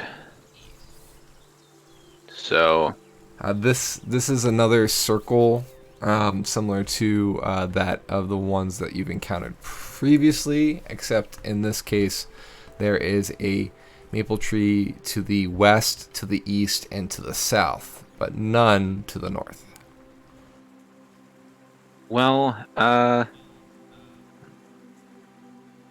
elves in Aurora told us we probably want to steer clear of the other elven settlements. So, I vote we just hop in this one and go east. I mean, yeah, I'm fine with that. Sounds good to me. I'll distribute leaves among the party. How do we know it will actually take us east, though? Well, Thought. Do you want you- to camp? Sorry, go ahead. I was gonna say, do you have a way of verifying that that doesn't require Yeah. us using these? We just have to trust well, the system. We could use one essentially. So here's what I'd recommend. One, possibly two. I could go through with a globe and an extra leaf, right? If it looks good on when I go through, I don't come back, right? And There's then, an easier way to validate that, isn't there? Just send somebody through with send somebody through by themselves, and if they move on the globe, then we send the rest of the party. But it still costs us leaves, and those are limited resource. We're not going to have enough to get all the way there anyway. fair. I would suggest we maybe camp before we go through because this seems to be a safe area and we don't know what's going to be on the other day or side. night is it?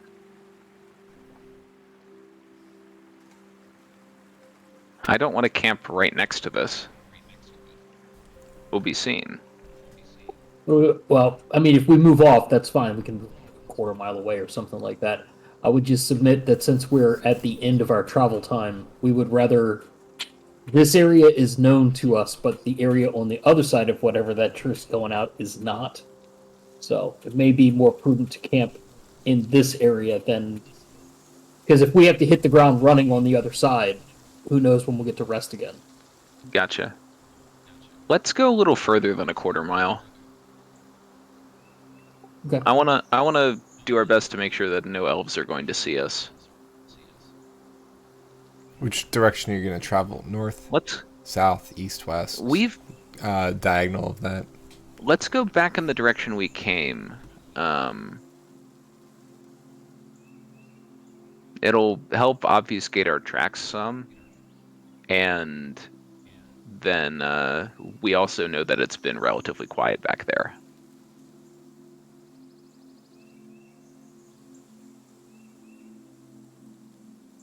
Like maybe back a mile or so. Yeah, that's fine. Enough Makes to be sense like to me. definitively out of sight. All right. Anybody else have any input? That works for me. I like this plan.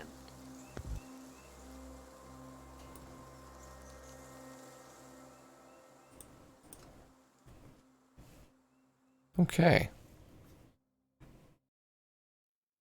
You travel an hour backward.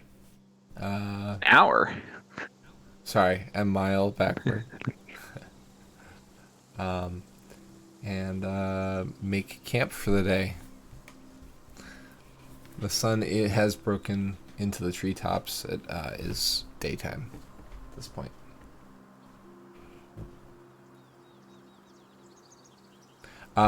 You mentioned attempting to obfuscate tracks. Are you making any efforts to do that, or just relying on your travel pattern? Roger doesn't really have the skills to do that, I don't think. Assuming would be a survival check. If it's if it's stealth, I got this. If it's survival, no way. I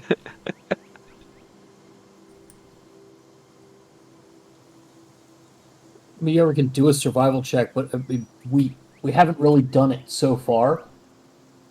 So we probably don't need to make an outsized effort to conceal our travel, unless we want to do that because we're so close to a known travel nexus. Yeah, and the only reason I'm concerned is because we're going to be spending so much time next to this nexus. It wasn't like the previous ones where we were planning to be there for a couple minutes. We're going to be here all day.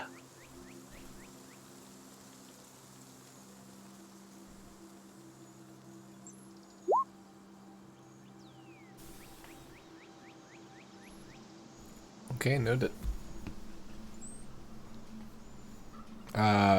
You make some attempts to kind of obscure the footprints as the party retreats by using branches to kind of obfuscate the tracks, or spreading dirt over some of the harder to cover tracks and things like that.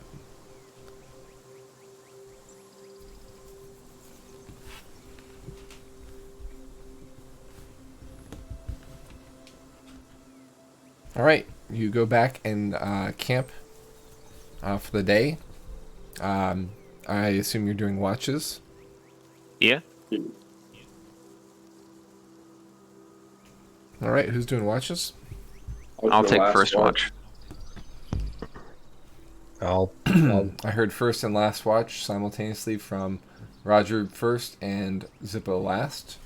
I'll do first. Okay, Roger and Ulrich are first. Yes, Belzian will take second. Belzian is very happy to be in any sunlight whatsoever. Loves the daytime now. We'll do second.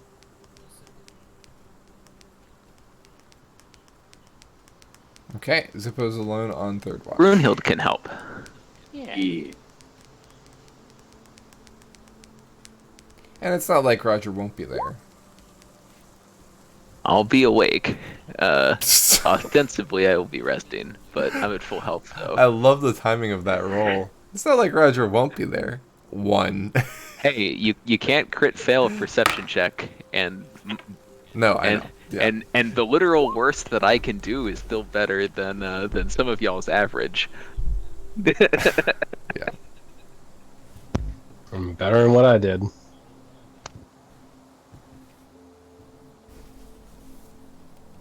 Okay. Everything seems all right with the world as you are keeping watch for the day. Wow. Sorry, it's something to get used to, right? In fact, it is kind of hard for the sudden switch. You're both fairly sleepy. You're not like you're not taking a point of exhaustion, but you're tired from this quick switch around, especially after being so used to traveling during the day. Even with the longer rest, it seems to be it's hard to keep your eyes open. It seems.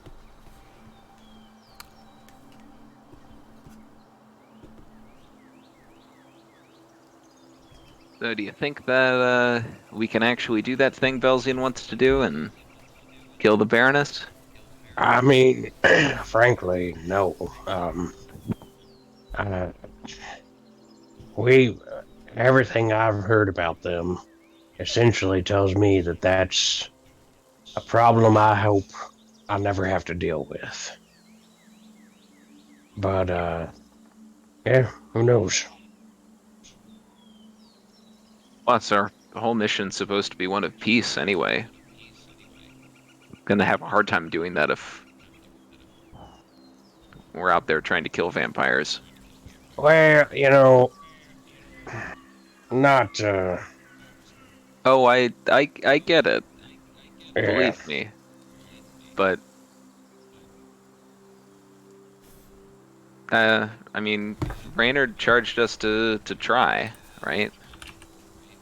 And that means making an honest attempt at not trying to eradicate the folks you don't like, even if they happen to be awful people. feel like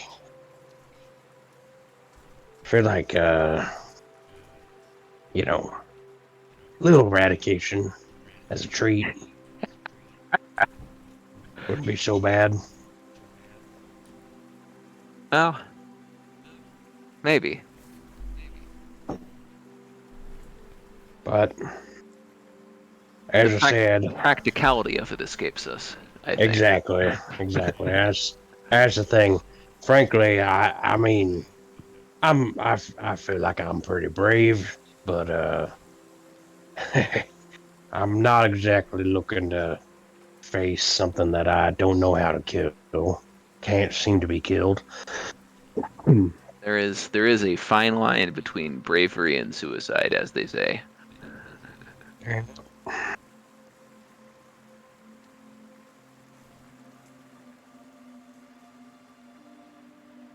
Well, with that cheery conversation out of the way, let's wake up Second Watch. Sounds good to me. I feel like I never end a conversation with you feeling happier. I'm sorry, I can't help but be so incredibly depressing. No. I meant that when it ends, I'm just sad. I want more. You don't have to do this to yourself, Ulrich. It's okay.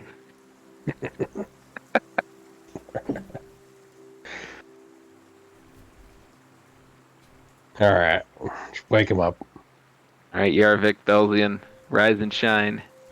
Good morning, or perhaps good afternoon, good evening. It's When is it's midday at least. Ah, it feels weird to be keeping watch when it's so sunny out, or possibly clear. Daytime in any case. I don't know what the weather is. Better for folks to see by. Certainly makes the watch a little easier on my part. Yeah, I'm not going to get used to this. Jarvik, I can All right, actually see Second you. Watch, go ahead. Normally you're hiding in a tree or something. Even if I'm not hiding in a tree, I can't see anything. Speaking of seeing anything, Go ahead and roll watch. 25. Yarvik, despite your used to naps, it is usually about the time that you would, tuck in for that nap. So you feel extremely tired. You don't fall asleep, but you're kind of bleary-eyed and bushy-tailed. Belzian is a lover of light and is fully awake as soon as he is woken up, and just kind of peers around beamily at everything, if I'm reading the room right, which I hope I am. Belzian, you hear the sounds of voices,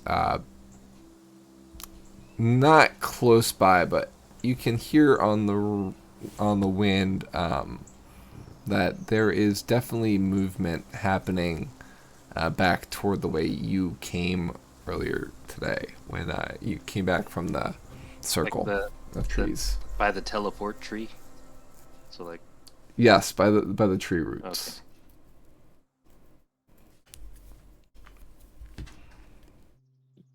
Okay.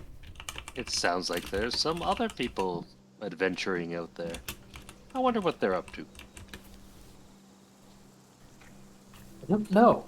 I don't really want to find out. No? Not feeling very social, are you? No. So, killing the Baroness. Yes. How do we go about that? Yarvik just immediately dives into this conversation.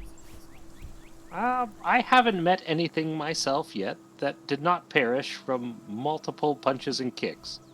I don't know if vampires would be any different. Apparently they come back after you kill them. So perhaps the first step would be finding their weakness. But Hydras come back after you cut off one of their heads, and we killed a Hydra. We killed the hell out of that Hydra. Yes. Sippo was amazing there. He just looked at him, and his head just started exploding. But eventually they stopped coming back, and it just died. I am concerned about this whole arena situation. I'm not sure. I don't know if that's going to be the best venue. See, I don't think they're going to let us go in there with weapons. I don't think that Zippo's going to be able to use any of his prepared spells, so maybe that's not the best way. Also, there is this whole complication thing where we're supposed to unite kingdoms and make a bunch of peace. So, Perhaps these vampires that everybody dislikes, and I have heard nothing but bad things about, are part of the problem why there is not a lot of peace. that is true. I would also submit that you don't make peace with your friends. What do you mean? You have to make peace with your enemies. You have to make peace with people you don't like. So, as much as I would love to go behead the Baroness, I don't know if that's going to help our cause. That we did the binding thing. We had the light on our wrist and all that. I don't know. I mean, I'm conflicted. Perhaps we need not be the people who deliver the death blow to the Baroness.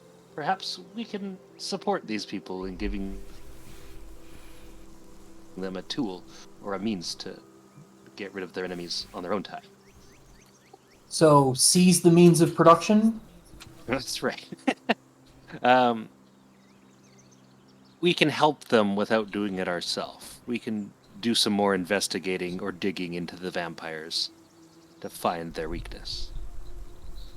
Okay. As much as I would like to karate chop this person in half, perhaps I would not be able to. And I would totally be there for that. I would 100% like to watch you karate chop a vampire in half. I feel like that would be a good story for my old age. Wait, how old are you?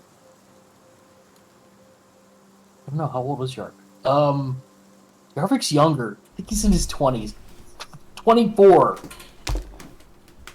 You're just a babe. You will have many stories to tell. I've already gotten good stories the past 2 weeks, so I think we're doing okay. I think we're doing okay. We took out some either ogres or half ogres. There was the whole Goblin King ordeal. We fought a fake king. Our life has been nothing but adventures lately. Not gonna lie. I mean, don't tell Zippo this. I totally want to ride a dragon. I don't know if dragons. I don't know if that's their thing. I totally want to ride a dragon. I gotta check that box. You know what? I think I would be happy to ride a dragon with you. I don't know if they're actually real. I've never seen a dragon. I've only heard tales. But if you run into one, why not? Put a saddle on that thing. It can be the new little Belzy. Next dragon we find, let's totally ride it. Yes. High five. High five.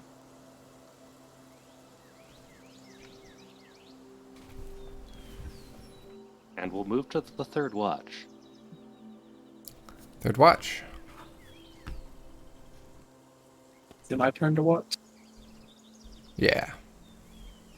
Am I doing a normal roll or am I doing a bad roll since sunlight sensitivity? Bad roll. Advantage roll it is.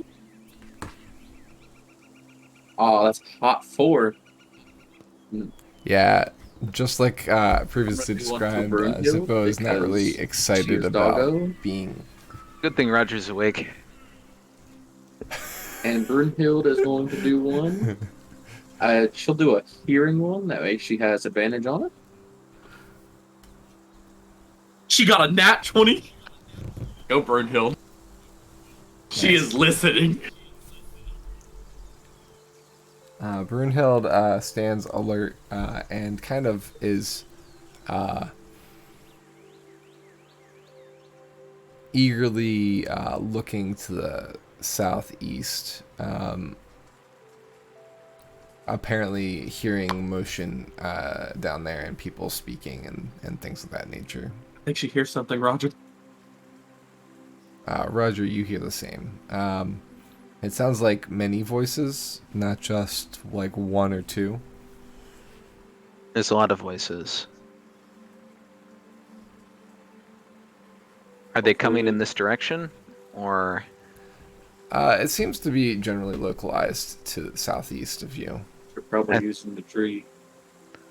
Must be a group of people. Got to be pretty loud if we can hear them from this distance. We'll keep listening and see, and I suppose hear if they're getting any closer. Okay.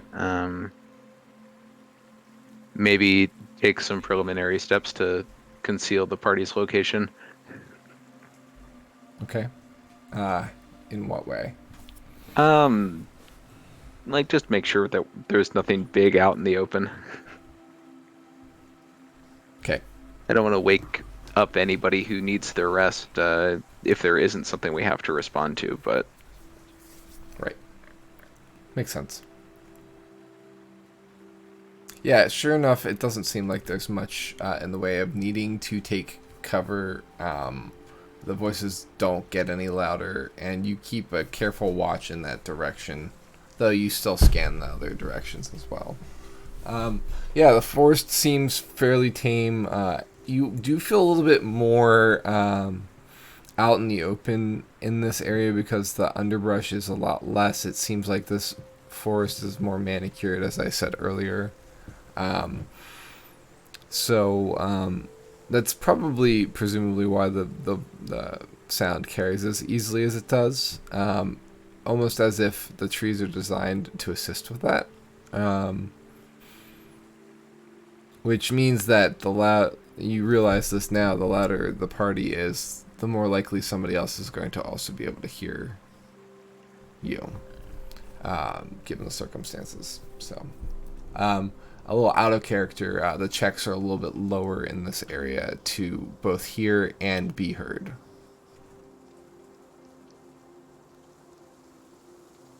I'm just so excited for dragons. It's insane.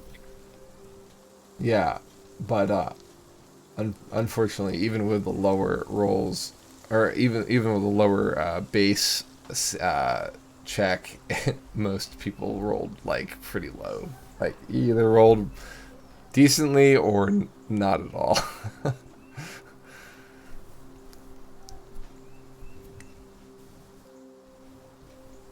All right, and that is our day.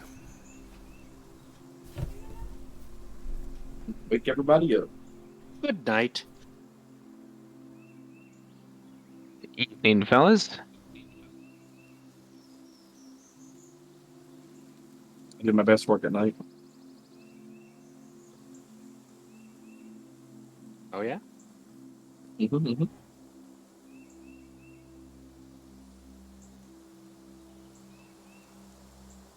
I'll also pull out some of that dried meat and eat some myself. And then I'll give Brunhild a little extra as a treat for doing really good on the watch. You eat some of the bark dragon.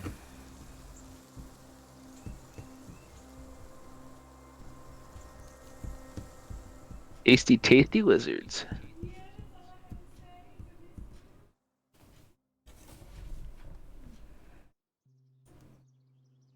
Okay.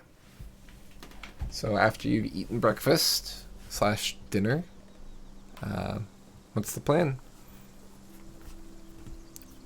Do we still hear the voices? That's a negative. Roger, you do not hear any voices anymore. Now that evening is coming. They kind of cut off about halfway through the watch, I would say. It's been a few hours at this point. We could send...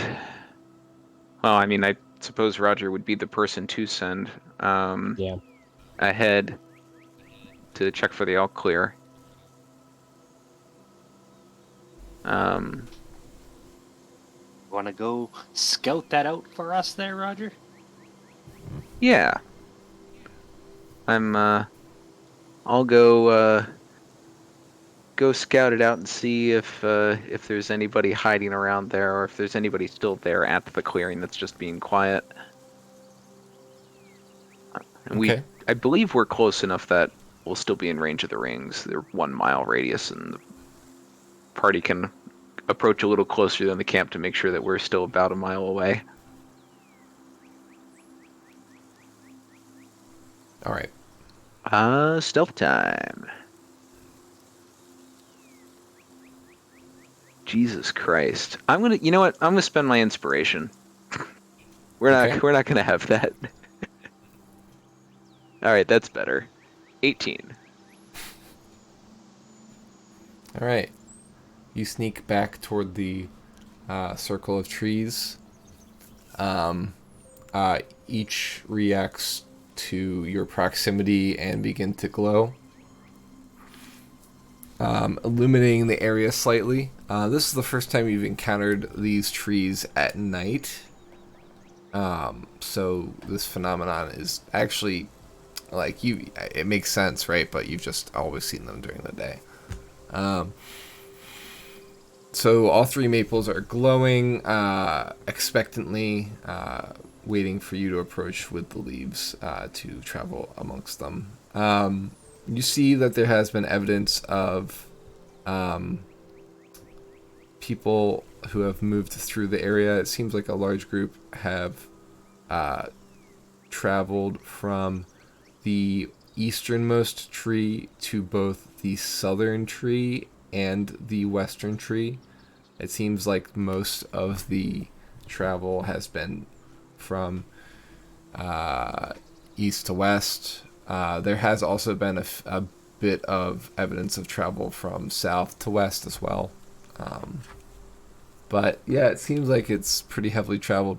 You're not sure of an exact number because these footprints, of course, match up with probably decades of travel along this area. This path is well worn, but like the fresh tracks, you can tell that a good number of people and a good number of people have moved through the area. I'll relay all of this information back to the party and give them the hey, it's safe to move up. Yeah, I guess that's the other thing. You don't see any people in the area. You do with your stealth notice that there are some animals that have wandered into the clearing and have not noticed you as well. What kind of animals? Some large hares. They're like medium-sized hares. Okay. So like not small creatures or tiny even. They're like huge hares. Like Zippo might be able to ride one of them. Oh. I will let the party know that there are some giant hares. Hares as in rabbits.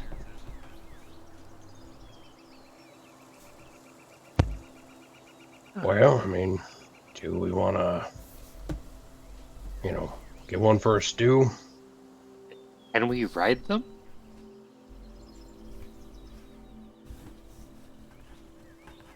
It's very important. Did they have big pointy teeth?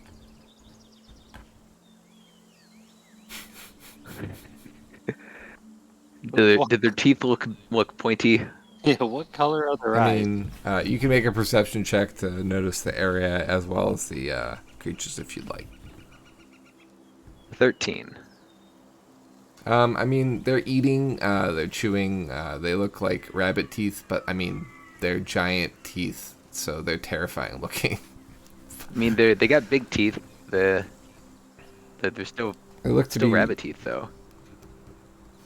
about the size that Zippo and even maybe Yarvik might be able to ride.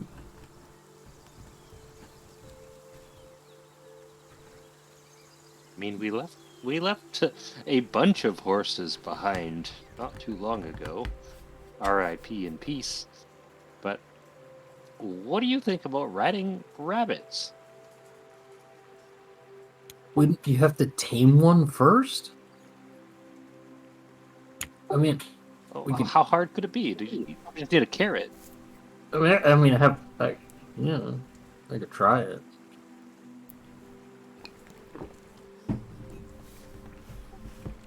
We don't have any like rabbit saddles. What does a rabbit saddle even look like? Do you just hang on to the ears? I don't know. I think that'd be very uncomfortable for them. I mean, I don't need a new mount. I already have Brunhild, and she's a dragon, so I'm pretty sure that trumps giant rabbit. Clearly, though, since we don't have saddles, we would have to do this hareback. Is it possible to make like an animal handling check or some kind of investigation to see how feasible it would be to tame and ride the rabbits? Well, I will say that anybody who's a medium size will not be able to ride the rabbits because the rabbits are medium sized. They're not large. smaller than Belzy.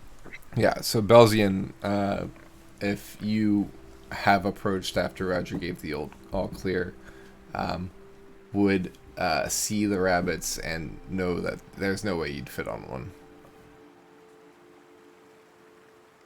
I think Oscar's yelling at my door. Give me 1 second. I wonder how long it would take to breed these rabbits to eventually get one big enough for a half-elf to ride.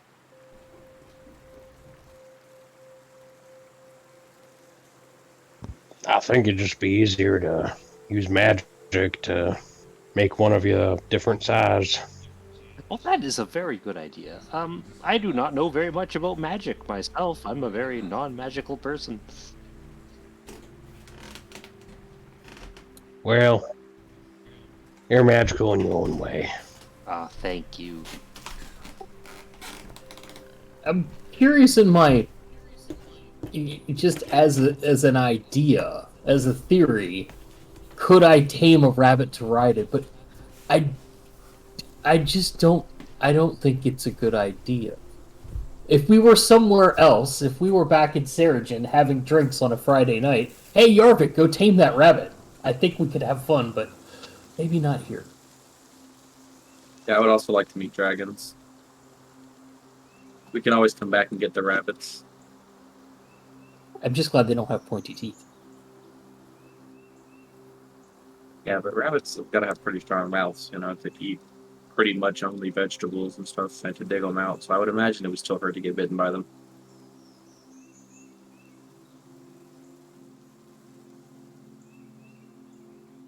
Yeah, let's get out of here.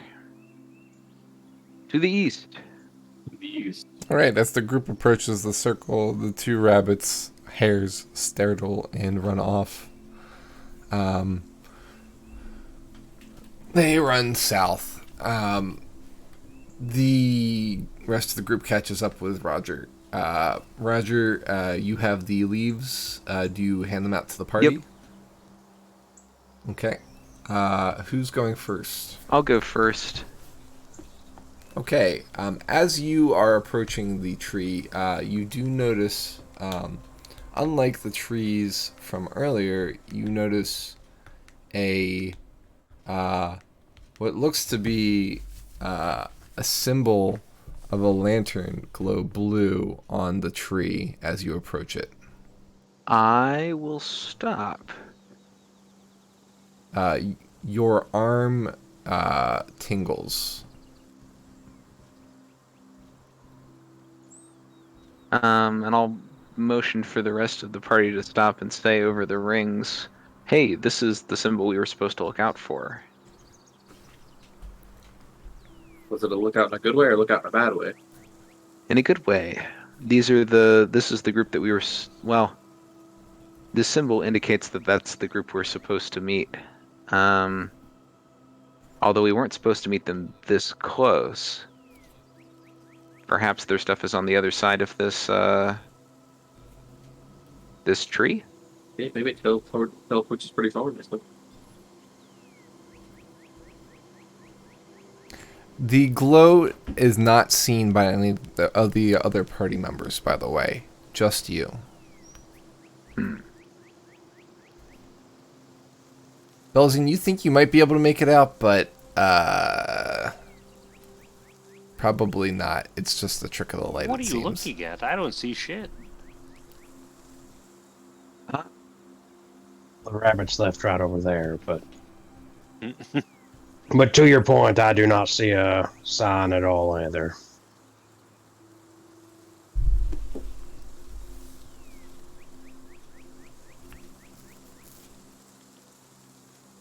Well, Roger has the best eyes out of all of us, so I say we just, you know, as an age-old saying, when in doubt, go ahead and do it. So.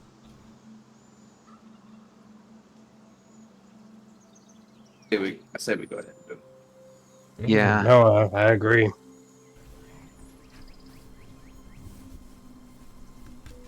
Yeah, probably a bad idea to just light a blue lantern out here.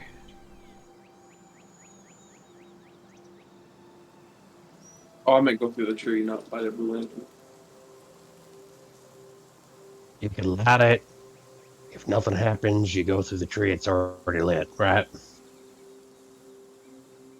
Well, I mean, I suppose I can light up my lantern blue as many times as I want, so sure. Yeah, let's do that. Okay. Roger roll. So you light your lantern? Yep. You do the customary you do the customary thing where you place this certain ingredients into the fire in order to make it glow blue. Yeah. Okay. The symbol disappears.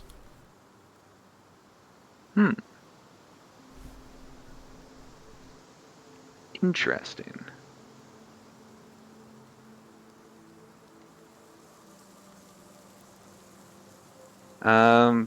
We'll wait a few minutes. Does anything else happen? No. Do you let us know what's going on? Yeah. Try turning the lantern off real quick. I'll cover the lantern and Okay. then uncover it. You hood the lantern. The symbol does not return, and you unhood the lantern. The symbol does not return. Oh. Well, If our allies are watching us, then they'll know that we came this way.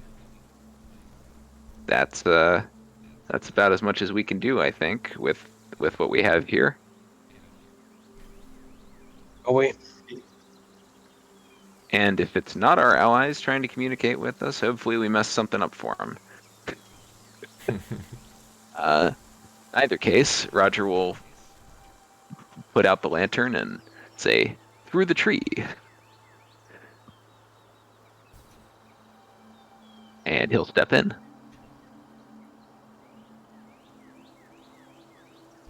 Okay.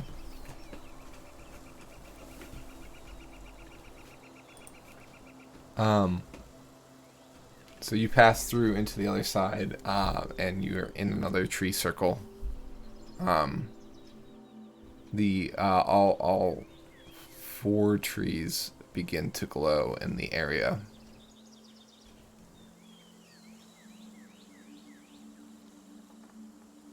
Ulrich will follow fast behind since there's no.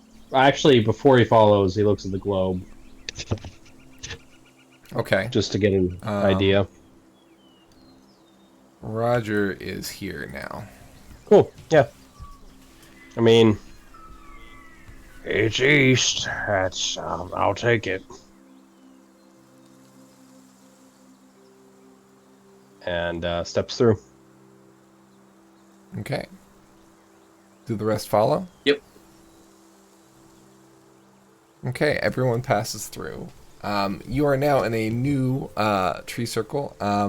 You'll notice that you are about 4 days further along the path, about in line with the Black Clan and the Tusk Clan border, if you're looking north. Not in person, but like on the map. So you're on the edge of the western side of this forest. You can just make out the thinning of trees to the northeast of you. So the 3 trees are positioned, one directly behind you. It's the westernmost one. There are 2 to the south, 1 southwest, 1 southeast, and then there's another one east.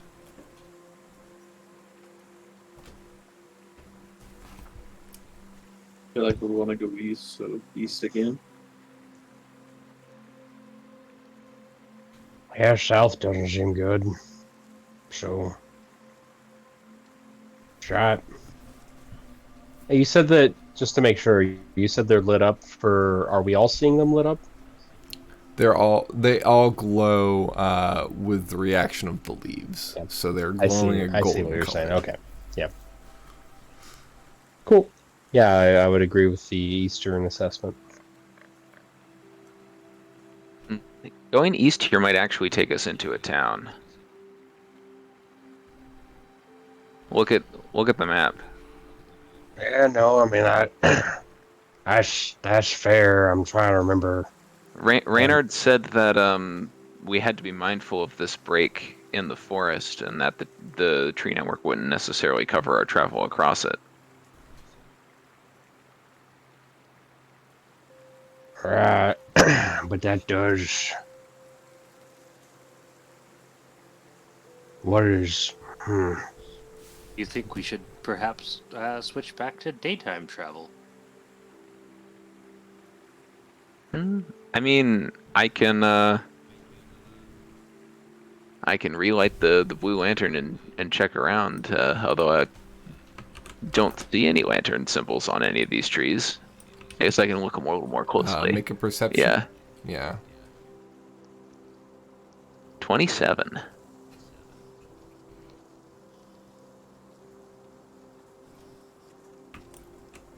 Also, knowing that you were heading east, the human leader did mark another dot here, which I failed to put on. So it is there now. Oh, that's another tree, or Marks another. It's a settlement. a settlement? Okay. Yes, another settlement. I'm okay.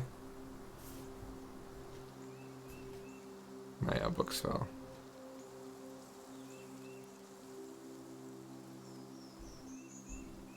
I'm okay. I'm okay. I'm messaging. Give me 1 sec. Oh no, Wombat. Quick, while the Are you DM's or are away. you not? Okay. Is you is, or is you ain't? Well, 1 or 0, please. Okay. While the DM's away, what kind of mischief can we cause? I'm wondering if perhaps all of these trees that we were supposed to follow have had the little blue lantern symbols on them and we just haven't been looking at them. Because if so, that could be our trail of breadcrumbs, so to speak. Hmm. A clue. Yeah, if they seem to be taking us in a wildly different direction than expected, then I'm willing to challenge that theory. But for the moment, it seems reasonable.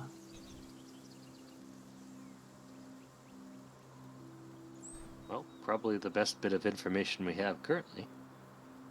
Yeah, and it's gonna be quite a long ways to get across here either way.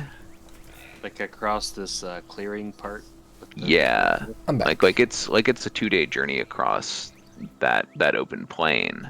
And we'd be very exposed to perhaps flying things or bands of Right. ne'er-do-wells.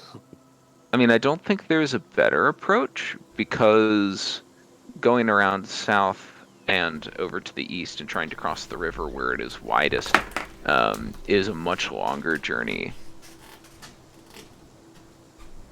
And I think we'd be better off traveling maybe northeast up to the edge of the clearing for a day and then skirting, half a day's journey outside of that elven village over to the Going up western tip of the other forest. Yeah. Paul, is there a reason we don't want to go to the village specifically? Because they will sell you into slavery so that they don't get killed. They You're are that human. kind. Okay. All That's Raynard told us yeah. to expect that of basically all of the elves all we elves. saw. Yeah. They're currently locked down because of the vampire situation. Yeah, that's what I was thinking, but I just wanted to make sure. Okay. Just putting out there, he's also the only elf we've had sizable contact with once since we got here. So, do we know he's telling the So maybe you don't truth? trust Raynard? I mean, I'm saying he may have had other. I'm saying he may have had other reasons to keep us away from the elves. We Possibly, but Yarvik, we all took a binding oath with him, and Roger pulls out the unsleeves his arm to show it the little ring of leaves around it. Like, now is not the time to start doubting him. If you didn't believe he was legit, we should have stopped and thought about this a long time ago. I doubted this the first time. I went along with it because you guys did. I'm Yeah, committed. I think that it's all on the up and up. I mean, the humans that we met certainly corroborate that story. Yeah, he did seem pretty darn sincere in his requests.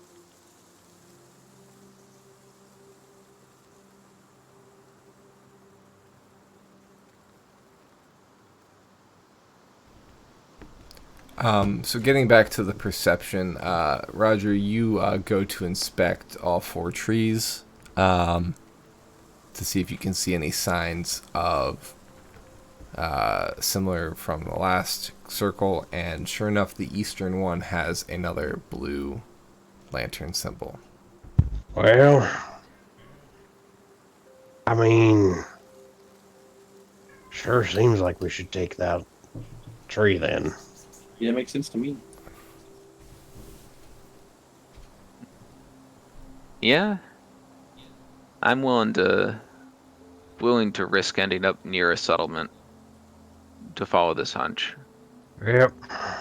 We'll do the same thing we did for the other one and light the blue flame first. Sounds like a good idea. The blue lantern symbol also fades like before. Just like before, and I didn't notate this properly, so I'll say it now. The symbol completely vanishes. There's no trace of it.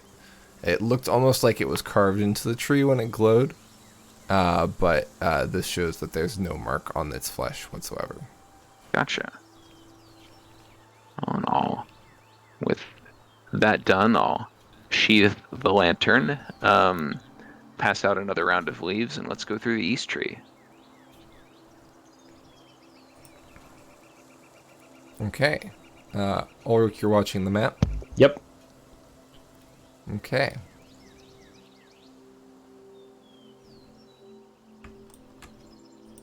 Roger appears there.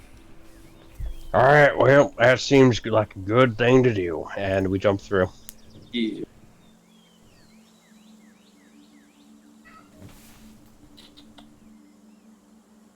All right. You find yourselves in a thick forest and another circle. This circle has 6 trees. The circle is a bit smaller. Seems like very similar to the first circle you encountered. It was much smaller. There's, 6... Benji. Benji is howling. Sorry. The cats are being terrible tonight. I'm just going to put that out there. So I apologize for all the breaks. There's fighting. There's knocking things over. There's scaring my wife. All kind of, yeah. Anyway. There's 6 trees. There's one that is west that you came out of, Roger. There's one that is east. And then the other array, the other 4 are to the south. There's none to the north, which is kind of in keeping, right? Most of the trees have not been to the north.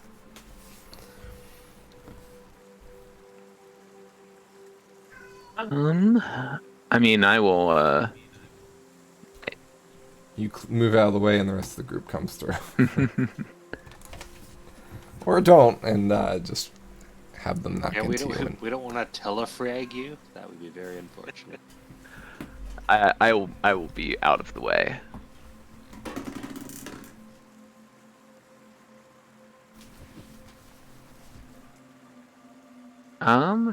What does the landing place look like? Is it just more forest, or just like? This forest is bigger trees than the rest of the forest that you've passed through before. It reminds you much more of Relic. We're getting closer. Look how big these trees are. You also feel like you're higher up. The atmosphere is a bit thinner. Any I don't know about you guys, but I feel pretty high.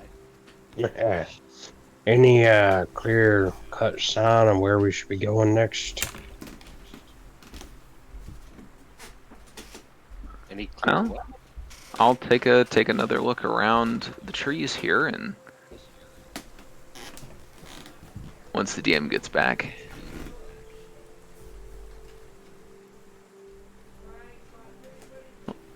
I'll take another look around the trees here and see if our mysterious benefactors have any advice on which direction to travel.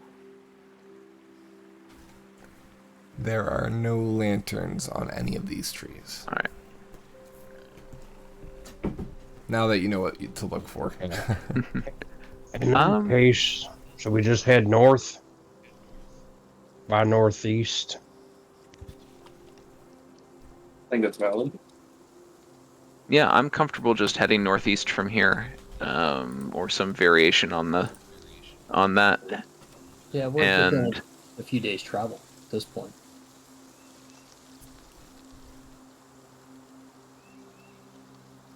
yeah, like worst case scenario, we can see where we are in relation to where we're going.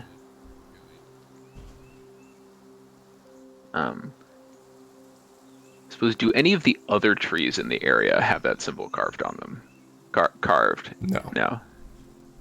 Yeah, you sweep all 6. No symbol. Yep. I think we should just go for overland travel here. It's only a couple days, and I don't want to risk popping into an elven settlement. Yeah, that's fair. I think that's good.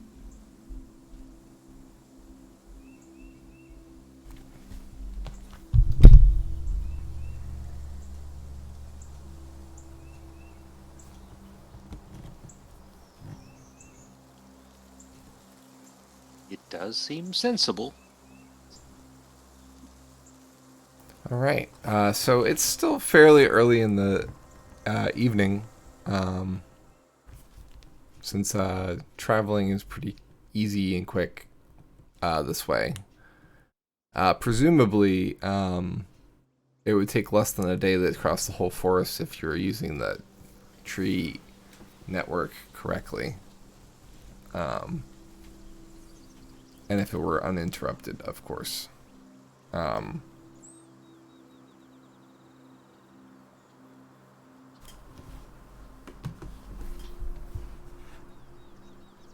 You also notice that the tree network has not emptied out at any actual settlement.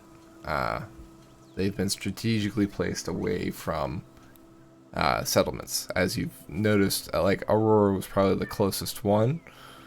But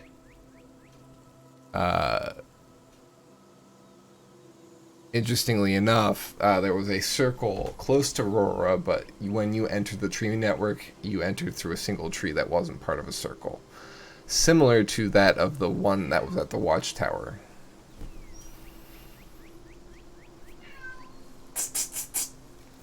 Alright. I gotta let Benji out. I'm sorry. I mean, while it's pretty likely we're not going to end up literally in the middle of a settlement, I still think we should just walk. Agreed. Yeah, Because we've made a lot of good progress. So Yeah, better Just say walking. I'm sorry. and with us Better traveling say- at night and resting during the day, we should be running into less things we will have trouble handling anyway. Plus, I would imagine things are safer the closer we are to the Elven capital. Well, That would make the safer most for sense. yeah, safer in some ways. I would imagine there's less hostile wildlife or wild unlife, as the case may Yeah. be. Yeah, but there may be some of the vampires just lurking about for all we know. Ah, but not during the day while we are resting. Exactly. So we just got to be on the lookout in the night. Thank you for wrangling.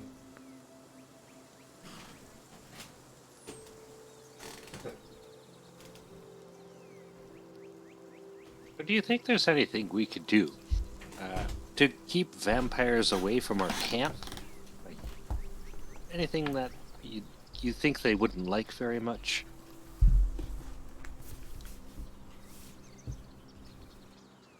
I'm back. I genuinely don't have an answer for that. I guess we could maybe sleep with the silver handy. Ah, yes. Do you think silver pieces would work? It is silver. I suppose we can test this theory if we ever run into any more vampires.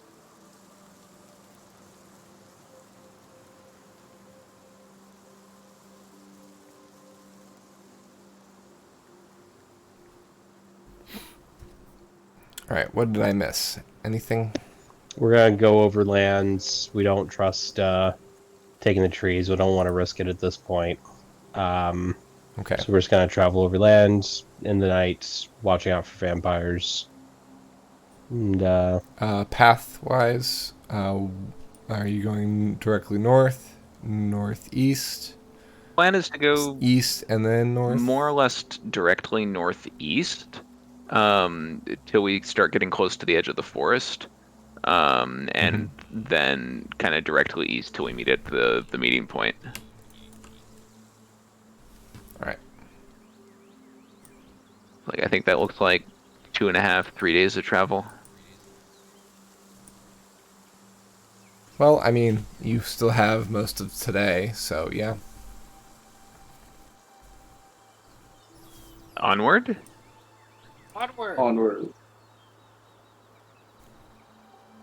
Okay.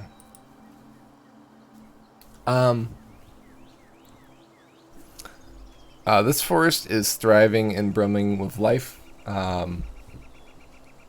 It's more or less let to grow.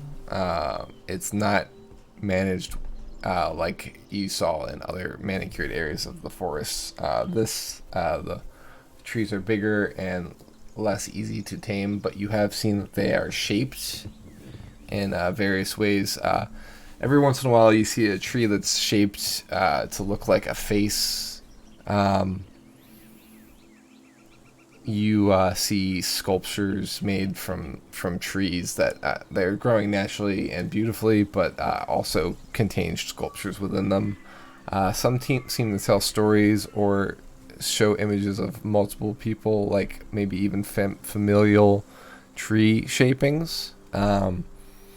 Maybe families visit this tree and add members to it as they either pass or are birthed or something. I mean, these traditions are all vaguely familiar but foreign to the elves of the party.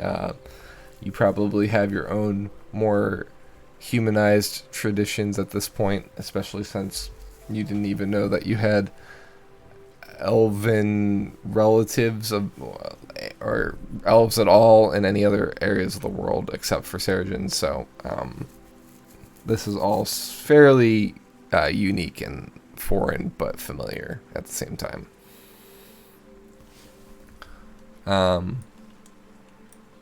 You travel at night, and again, it seems like the perils of the Vargoyles are a thing of the past. Everything seems fairly natural here. It even, like, that's persistence of it being kind of more darker in this area of the world. The same feeling you had when you passed into this side of the wall still persists, but it definitely feels less here, as if the magics are strong in this area. But as you travel further and further northeast throughout the evening and night, you feel that familiar sense of dread return to you as you feel the presence of the wall looming ahead. I say you get about here before it's time to rest.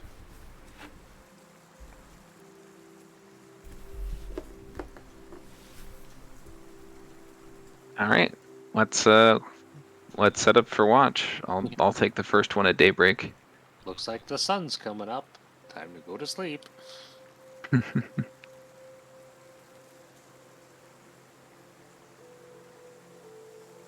That last watch again. I'll take first and second All watch. right. I don't mind. Yeah, the second watch is fine. okay, let's just do the usual. We continue the same. Same as Yeah. last time. Yeah.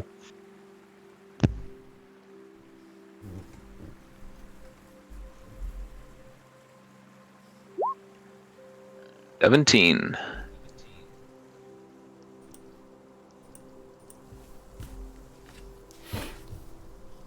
All right.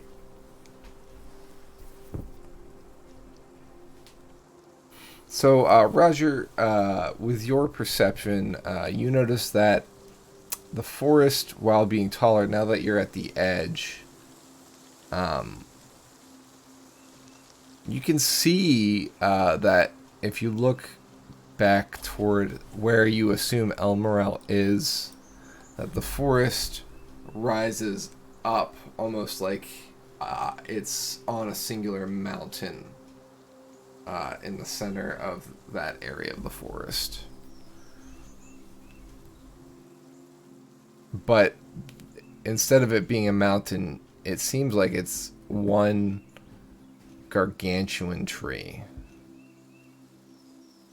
that, like, the forest rises up to meet. So it looks like a mountain, but is really just giant leaves of a giant tree. Whoa. I point this out to Ulrich. Ulrich barely sees it. I spend the next 4 hours attempting to convince Ulrich this is real. Well, I mean, it's a mountain. Ulrich is sure that that tree is much closer than you think it is, and that it's just a normal sized tree that's close, not a big tree that's far away. That would have to be 10 feet away, Ulrich. I mean, it's hard to prove.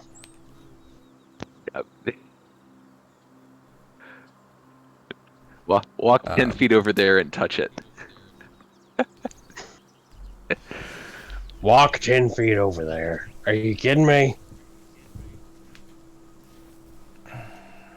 To the north, while you're attempting this, you do see evidence of large winged creatures that seem to patrol through the sky from west or east to west.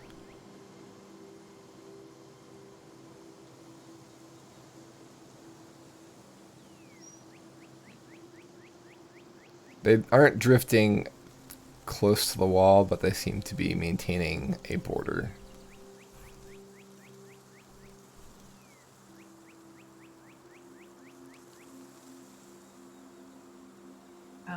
These winged figures don't make any attempt to hide as they're gliding back and forth.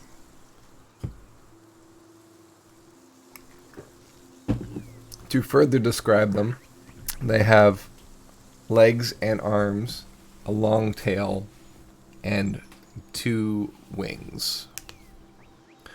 They're dark in color and have an elongated neck. So they don't look like rocks, like what giant birds have been described as to you. They look more like, well, a dragon. Are they? They're on this side of the wall, I assume. They're on the other side of the area the wall was. They're on the relic side? Yes. Ooh. Because you're on the edge of the forest. They're far enough away that you're pretty confident they can't see you in the tree line, and if they haven't made any move to head toward you. Well, Zippo's going to be excited about that if he can squint hard enough to see it. Yeah, We were warned about the black dragons, though. I'm just gonna say that Zippo should know about it, but maybe it's a thing we mention once everyone's awake. Fair enough. Just kind of play dumb, like it just never occurred to us that it was dragons. The last thing I really want is for all of us to be asleep and for him to just wander off. I mean, they may not be there by the time he's doing watch. Fair enough. Or we tell him, I don't know. I don't want to be on his bad side. Oh, I'll be awake when he's taking his watch, even if that's normally my time to rest. That's So- fair. Well, should we get the others up? Yeah. All right, second watch.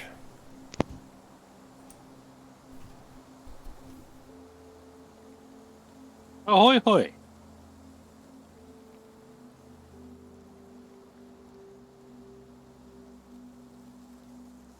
All right, go ahead and roll perceptions.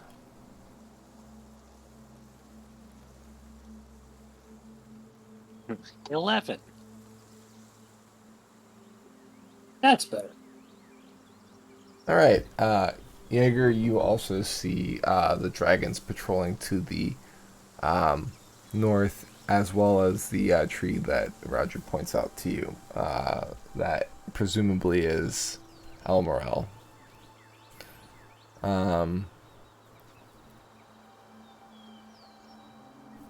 Other than that, it seems fairly quiet yet again. Thankfully, after such a trial getting to this area. Feels kind of strange to get to this point after all this time. We're just kind of right here. Well, to be fair, we have been working very hard and marching for a very long time. So many trees. So many. I lived in the woods. I love the woods. But I need to get out of the Real forest. tree person. Is every tree different? Is every tree like Oh, there's so many different kinds, and they have their own personality. You know, like the willows. They're just, they're kind of like, kind of flighty, kind of a little haunty. They're kind of stuck up. You got your oaks. They're like, like got that good granddad kind of feel. Been around for ages. And the walnuts, they're I mean they're a little flighty. Let's be honest. The walnuts are a little weird, but the nuts are delicious. So yeah, there's a lot of different kinds of trees.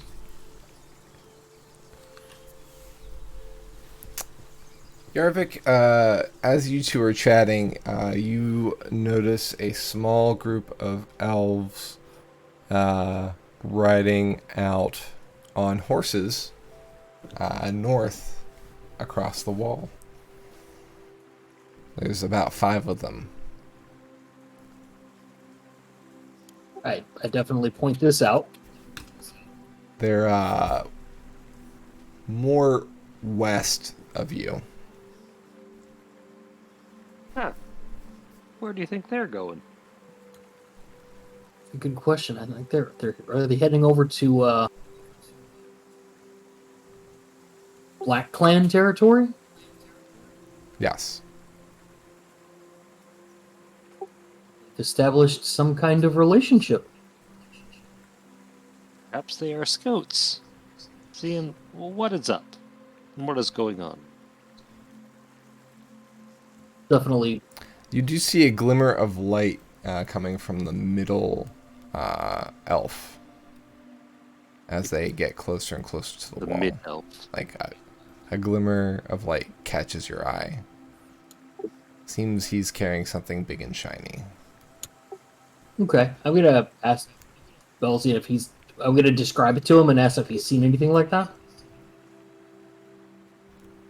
Can I do a history check of some sort to see if I've seen anything like that? Sure. A 21. You haven't seen anything like this before. But, I mean, you haven't seen a contingency of elves riding with a shiny thing toward a dragon before. So, what you can potentially figure out is it seems like it's strange for a group of elves to ride across the plain without sneaking on horses straight toward an area that dragons patrolling. So there must be some purpose to it. Presumably, like you said, an offering of some sort. They seem very bold. They've done this before. But to what end? I have a feeling we're going to find out. Most likely.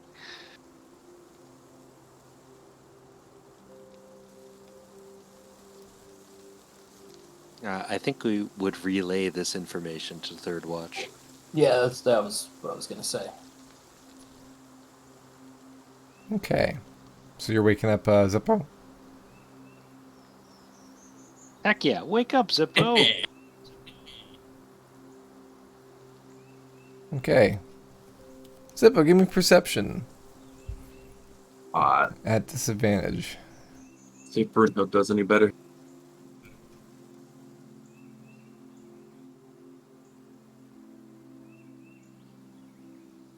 She didn't do much better. She got a 13, I got a 3. I heard them say dragons. I was, whew. All right. So as you're relaying this information to Zippo, Yarvik, you see one of the patrolling dragons swoop lower and lower to the ground and seems to occupy the same space as the small dot in the distance that was the contingency of 5 elves. After a moment, after several minutes, I would say, the dragon begins flying again. Do I still see the dot of elves? There's something there. It's pretty far out, so you're not really sure. Well, as we said, something happened.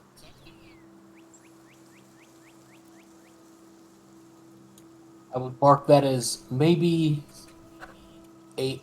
well, that's west of us, though. That's really not where we're going. It's northwest, but mostly north. North by northwest.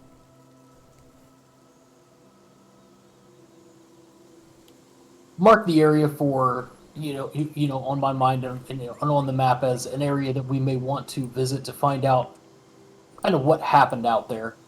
Maybe give us a little bit of an idea of what we may be approaching. But that'll be something we have to discuss as a group.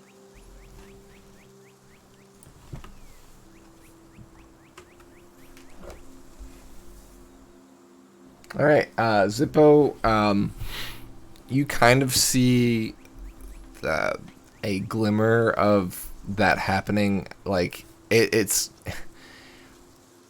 a warm day, it's sunny, and it's distant. So to you, it kind of looks like the ripple of water across the ground. You know what I mean? You see something out in the distance, but your eyes are not used to seeing things in sunlight, and it's just all very blurry, which is incredibly frustrating for you, because if the rest of the group have seen a dragon and you haven't, it's just very frustrating. But the way they describe that action, it sounds like the dragon straight up murdered those elves. That's your first instinct. Dragons don't like elves either. Good to know.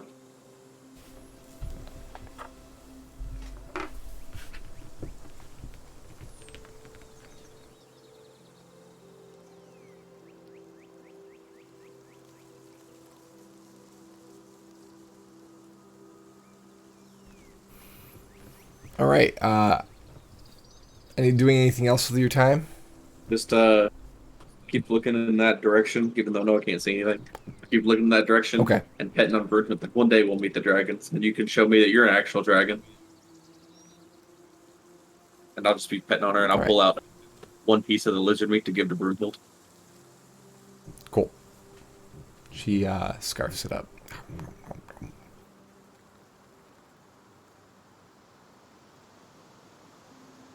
All right.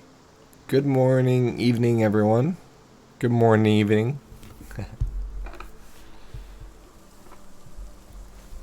The night is upon you, and it is time to head out. Dragon. Dragon? It is time to dragon. Are you saying we're dragging our heels? What's going on? I'm saying we're dragging this out. Let's get our asses. I mean, Zippo, we still gotta head, kind of eastish, because I know, we don't know. That's the clan that hates people. I mean, they just killed those elves last night, so. Or yesterday. Earlier. I don't know time, Will. I'm not a time wizard. Earlier today. I appreciate you being cool about that.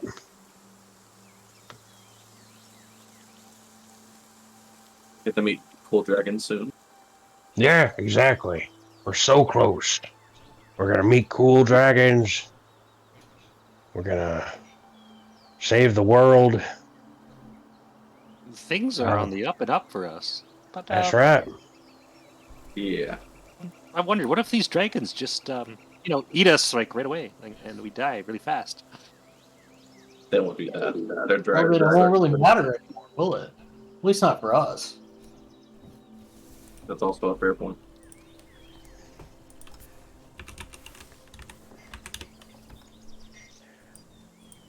Well, hi ho, my companions. Time to eat rubber and discover dragons. Yeah, what I'm saying is, should we have some kind of contingency or backup plan in case the dragons don't like us as much as we like them? If we meet the dragons, just let me talk. I got this. No, that's exactly what I'm talking about. No offense to you, Zippo. We love you. I'm not certain the dragons will love you. Of course they'll love me. So the elders in Aurora told us that we would definitely not want to meet the dragons of the Black Clan first. We would want to meet the dragons of the Bronze Clan first. So perhaps they're friendlier. Right. Well, that's what Zippo just said. He understands we're gonna go eastward, not to meet who we suspect might be with the Black Clan, but instead to meet the Bronze Clan folk. Yeah. I for one look forward to getting eaten by a shiny bronze dragon instead of a shiny black dragon. If my knowledge of anatomy is correct, and it 100% is because I'm Zippo, we'll be eaten and then we'll hatch out of eggs and become dragons ourselves. Oh, is that how that works? I'm not Then I sure can because I never met a dragon, but I'm like 49% sure. So if that is the case, I'll be able to say to the people who don't, comply with things that I like, bite my sentimental ass. Yep. Yes. Very good. If the lizard jerky is good, what would the dragon jerky taste like? Okay, so Yarvik's probably gonna die even if I try to talk him out of it. I'm getting a little. Maybe.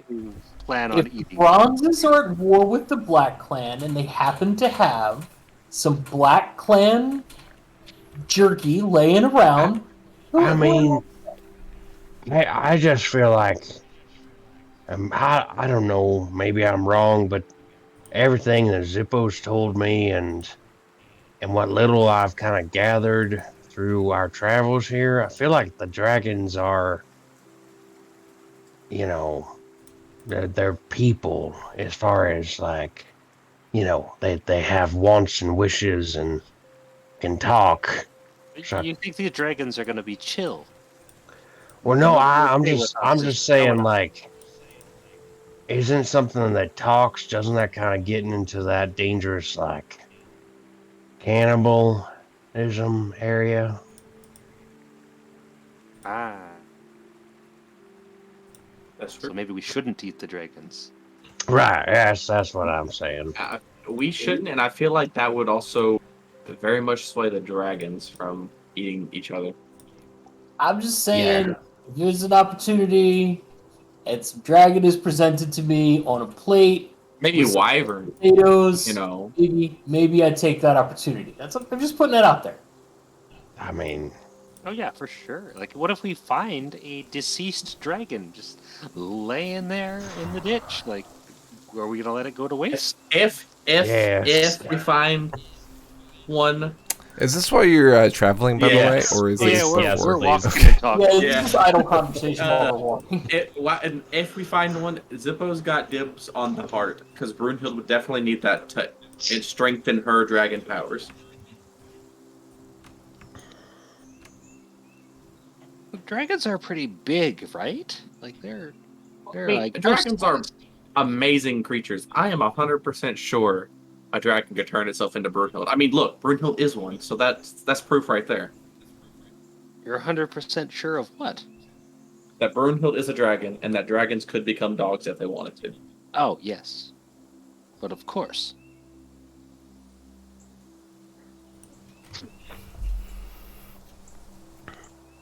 So let's just maybe, All right. yeah. So,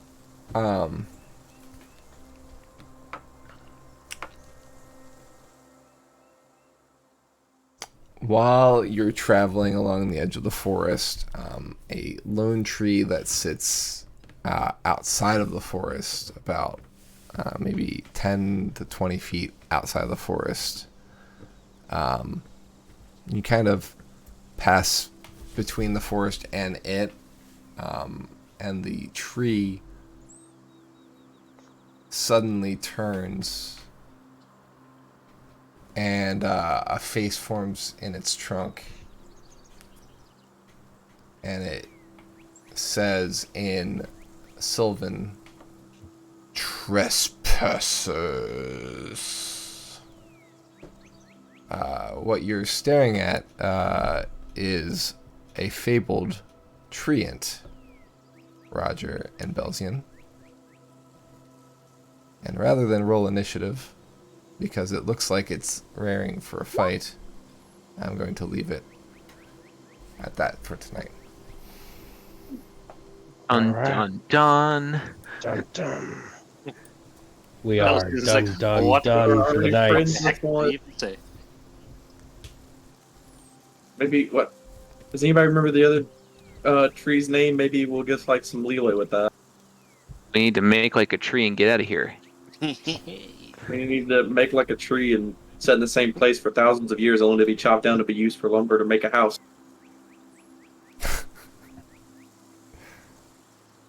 All right. Well, thank you for joining us, everyone.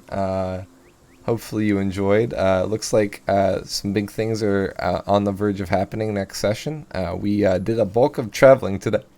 Sorry that was a travel session today, but I mean, if you look, we've traveled, if I'm not snapping, how much? 312 miles? Yeah, give or take. More than that, Yeah, because, you went south before you went yeah. It was kind of like here, and then north. over this way, and then we went like down here, and then yeah, it was a little bit more than that, I'd say.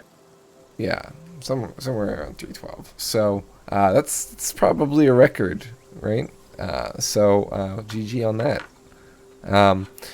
That being said, we will see next time what happens with the treant and what happens when you get close to your meeting point. But that'll be in a week. So we will be meeting next week, if everyone's still good with that, the 13th of December. Yep. Yep. Perfect. So we will see y'all then, and don't miss out. It should be a good one. Thanks. Bye, everyone. Bye. Have a good day. See ya. Or night, depending on what watch you're taking. Bye.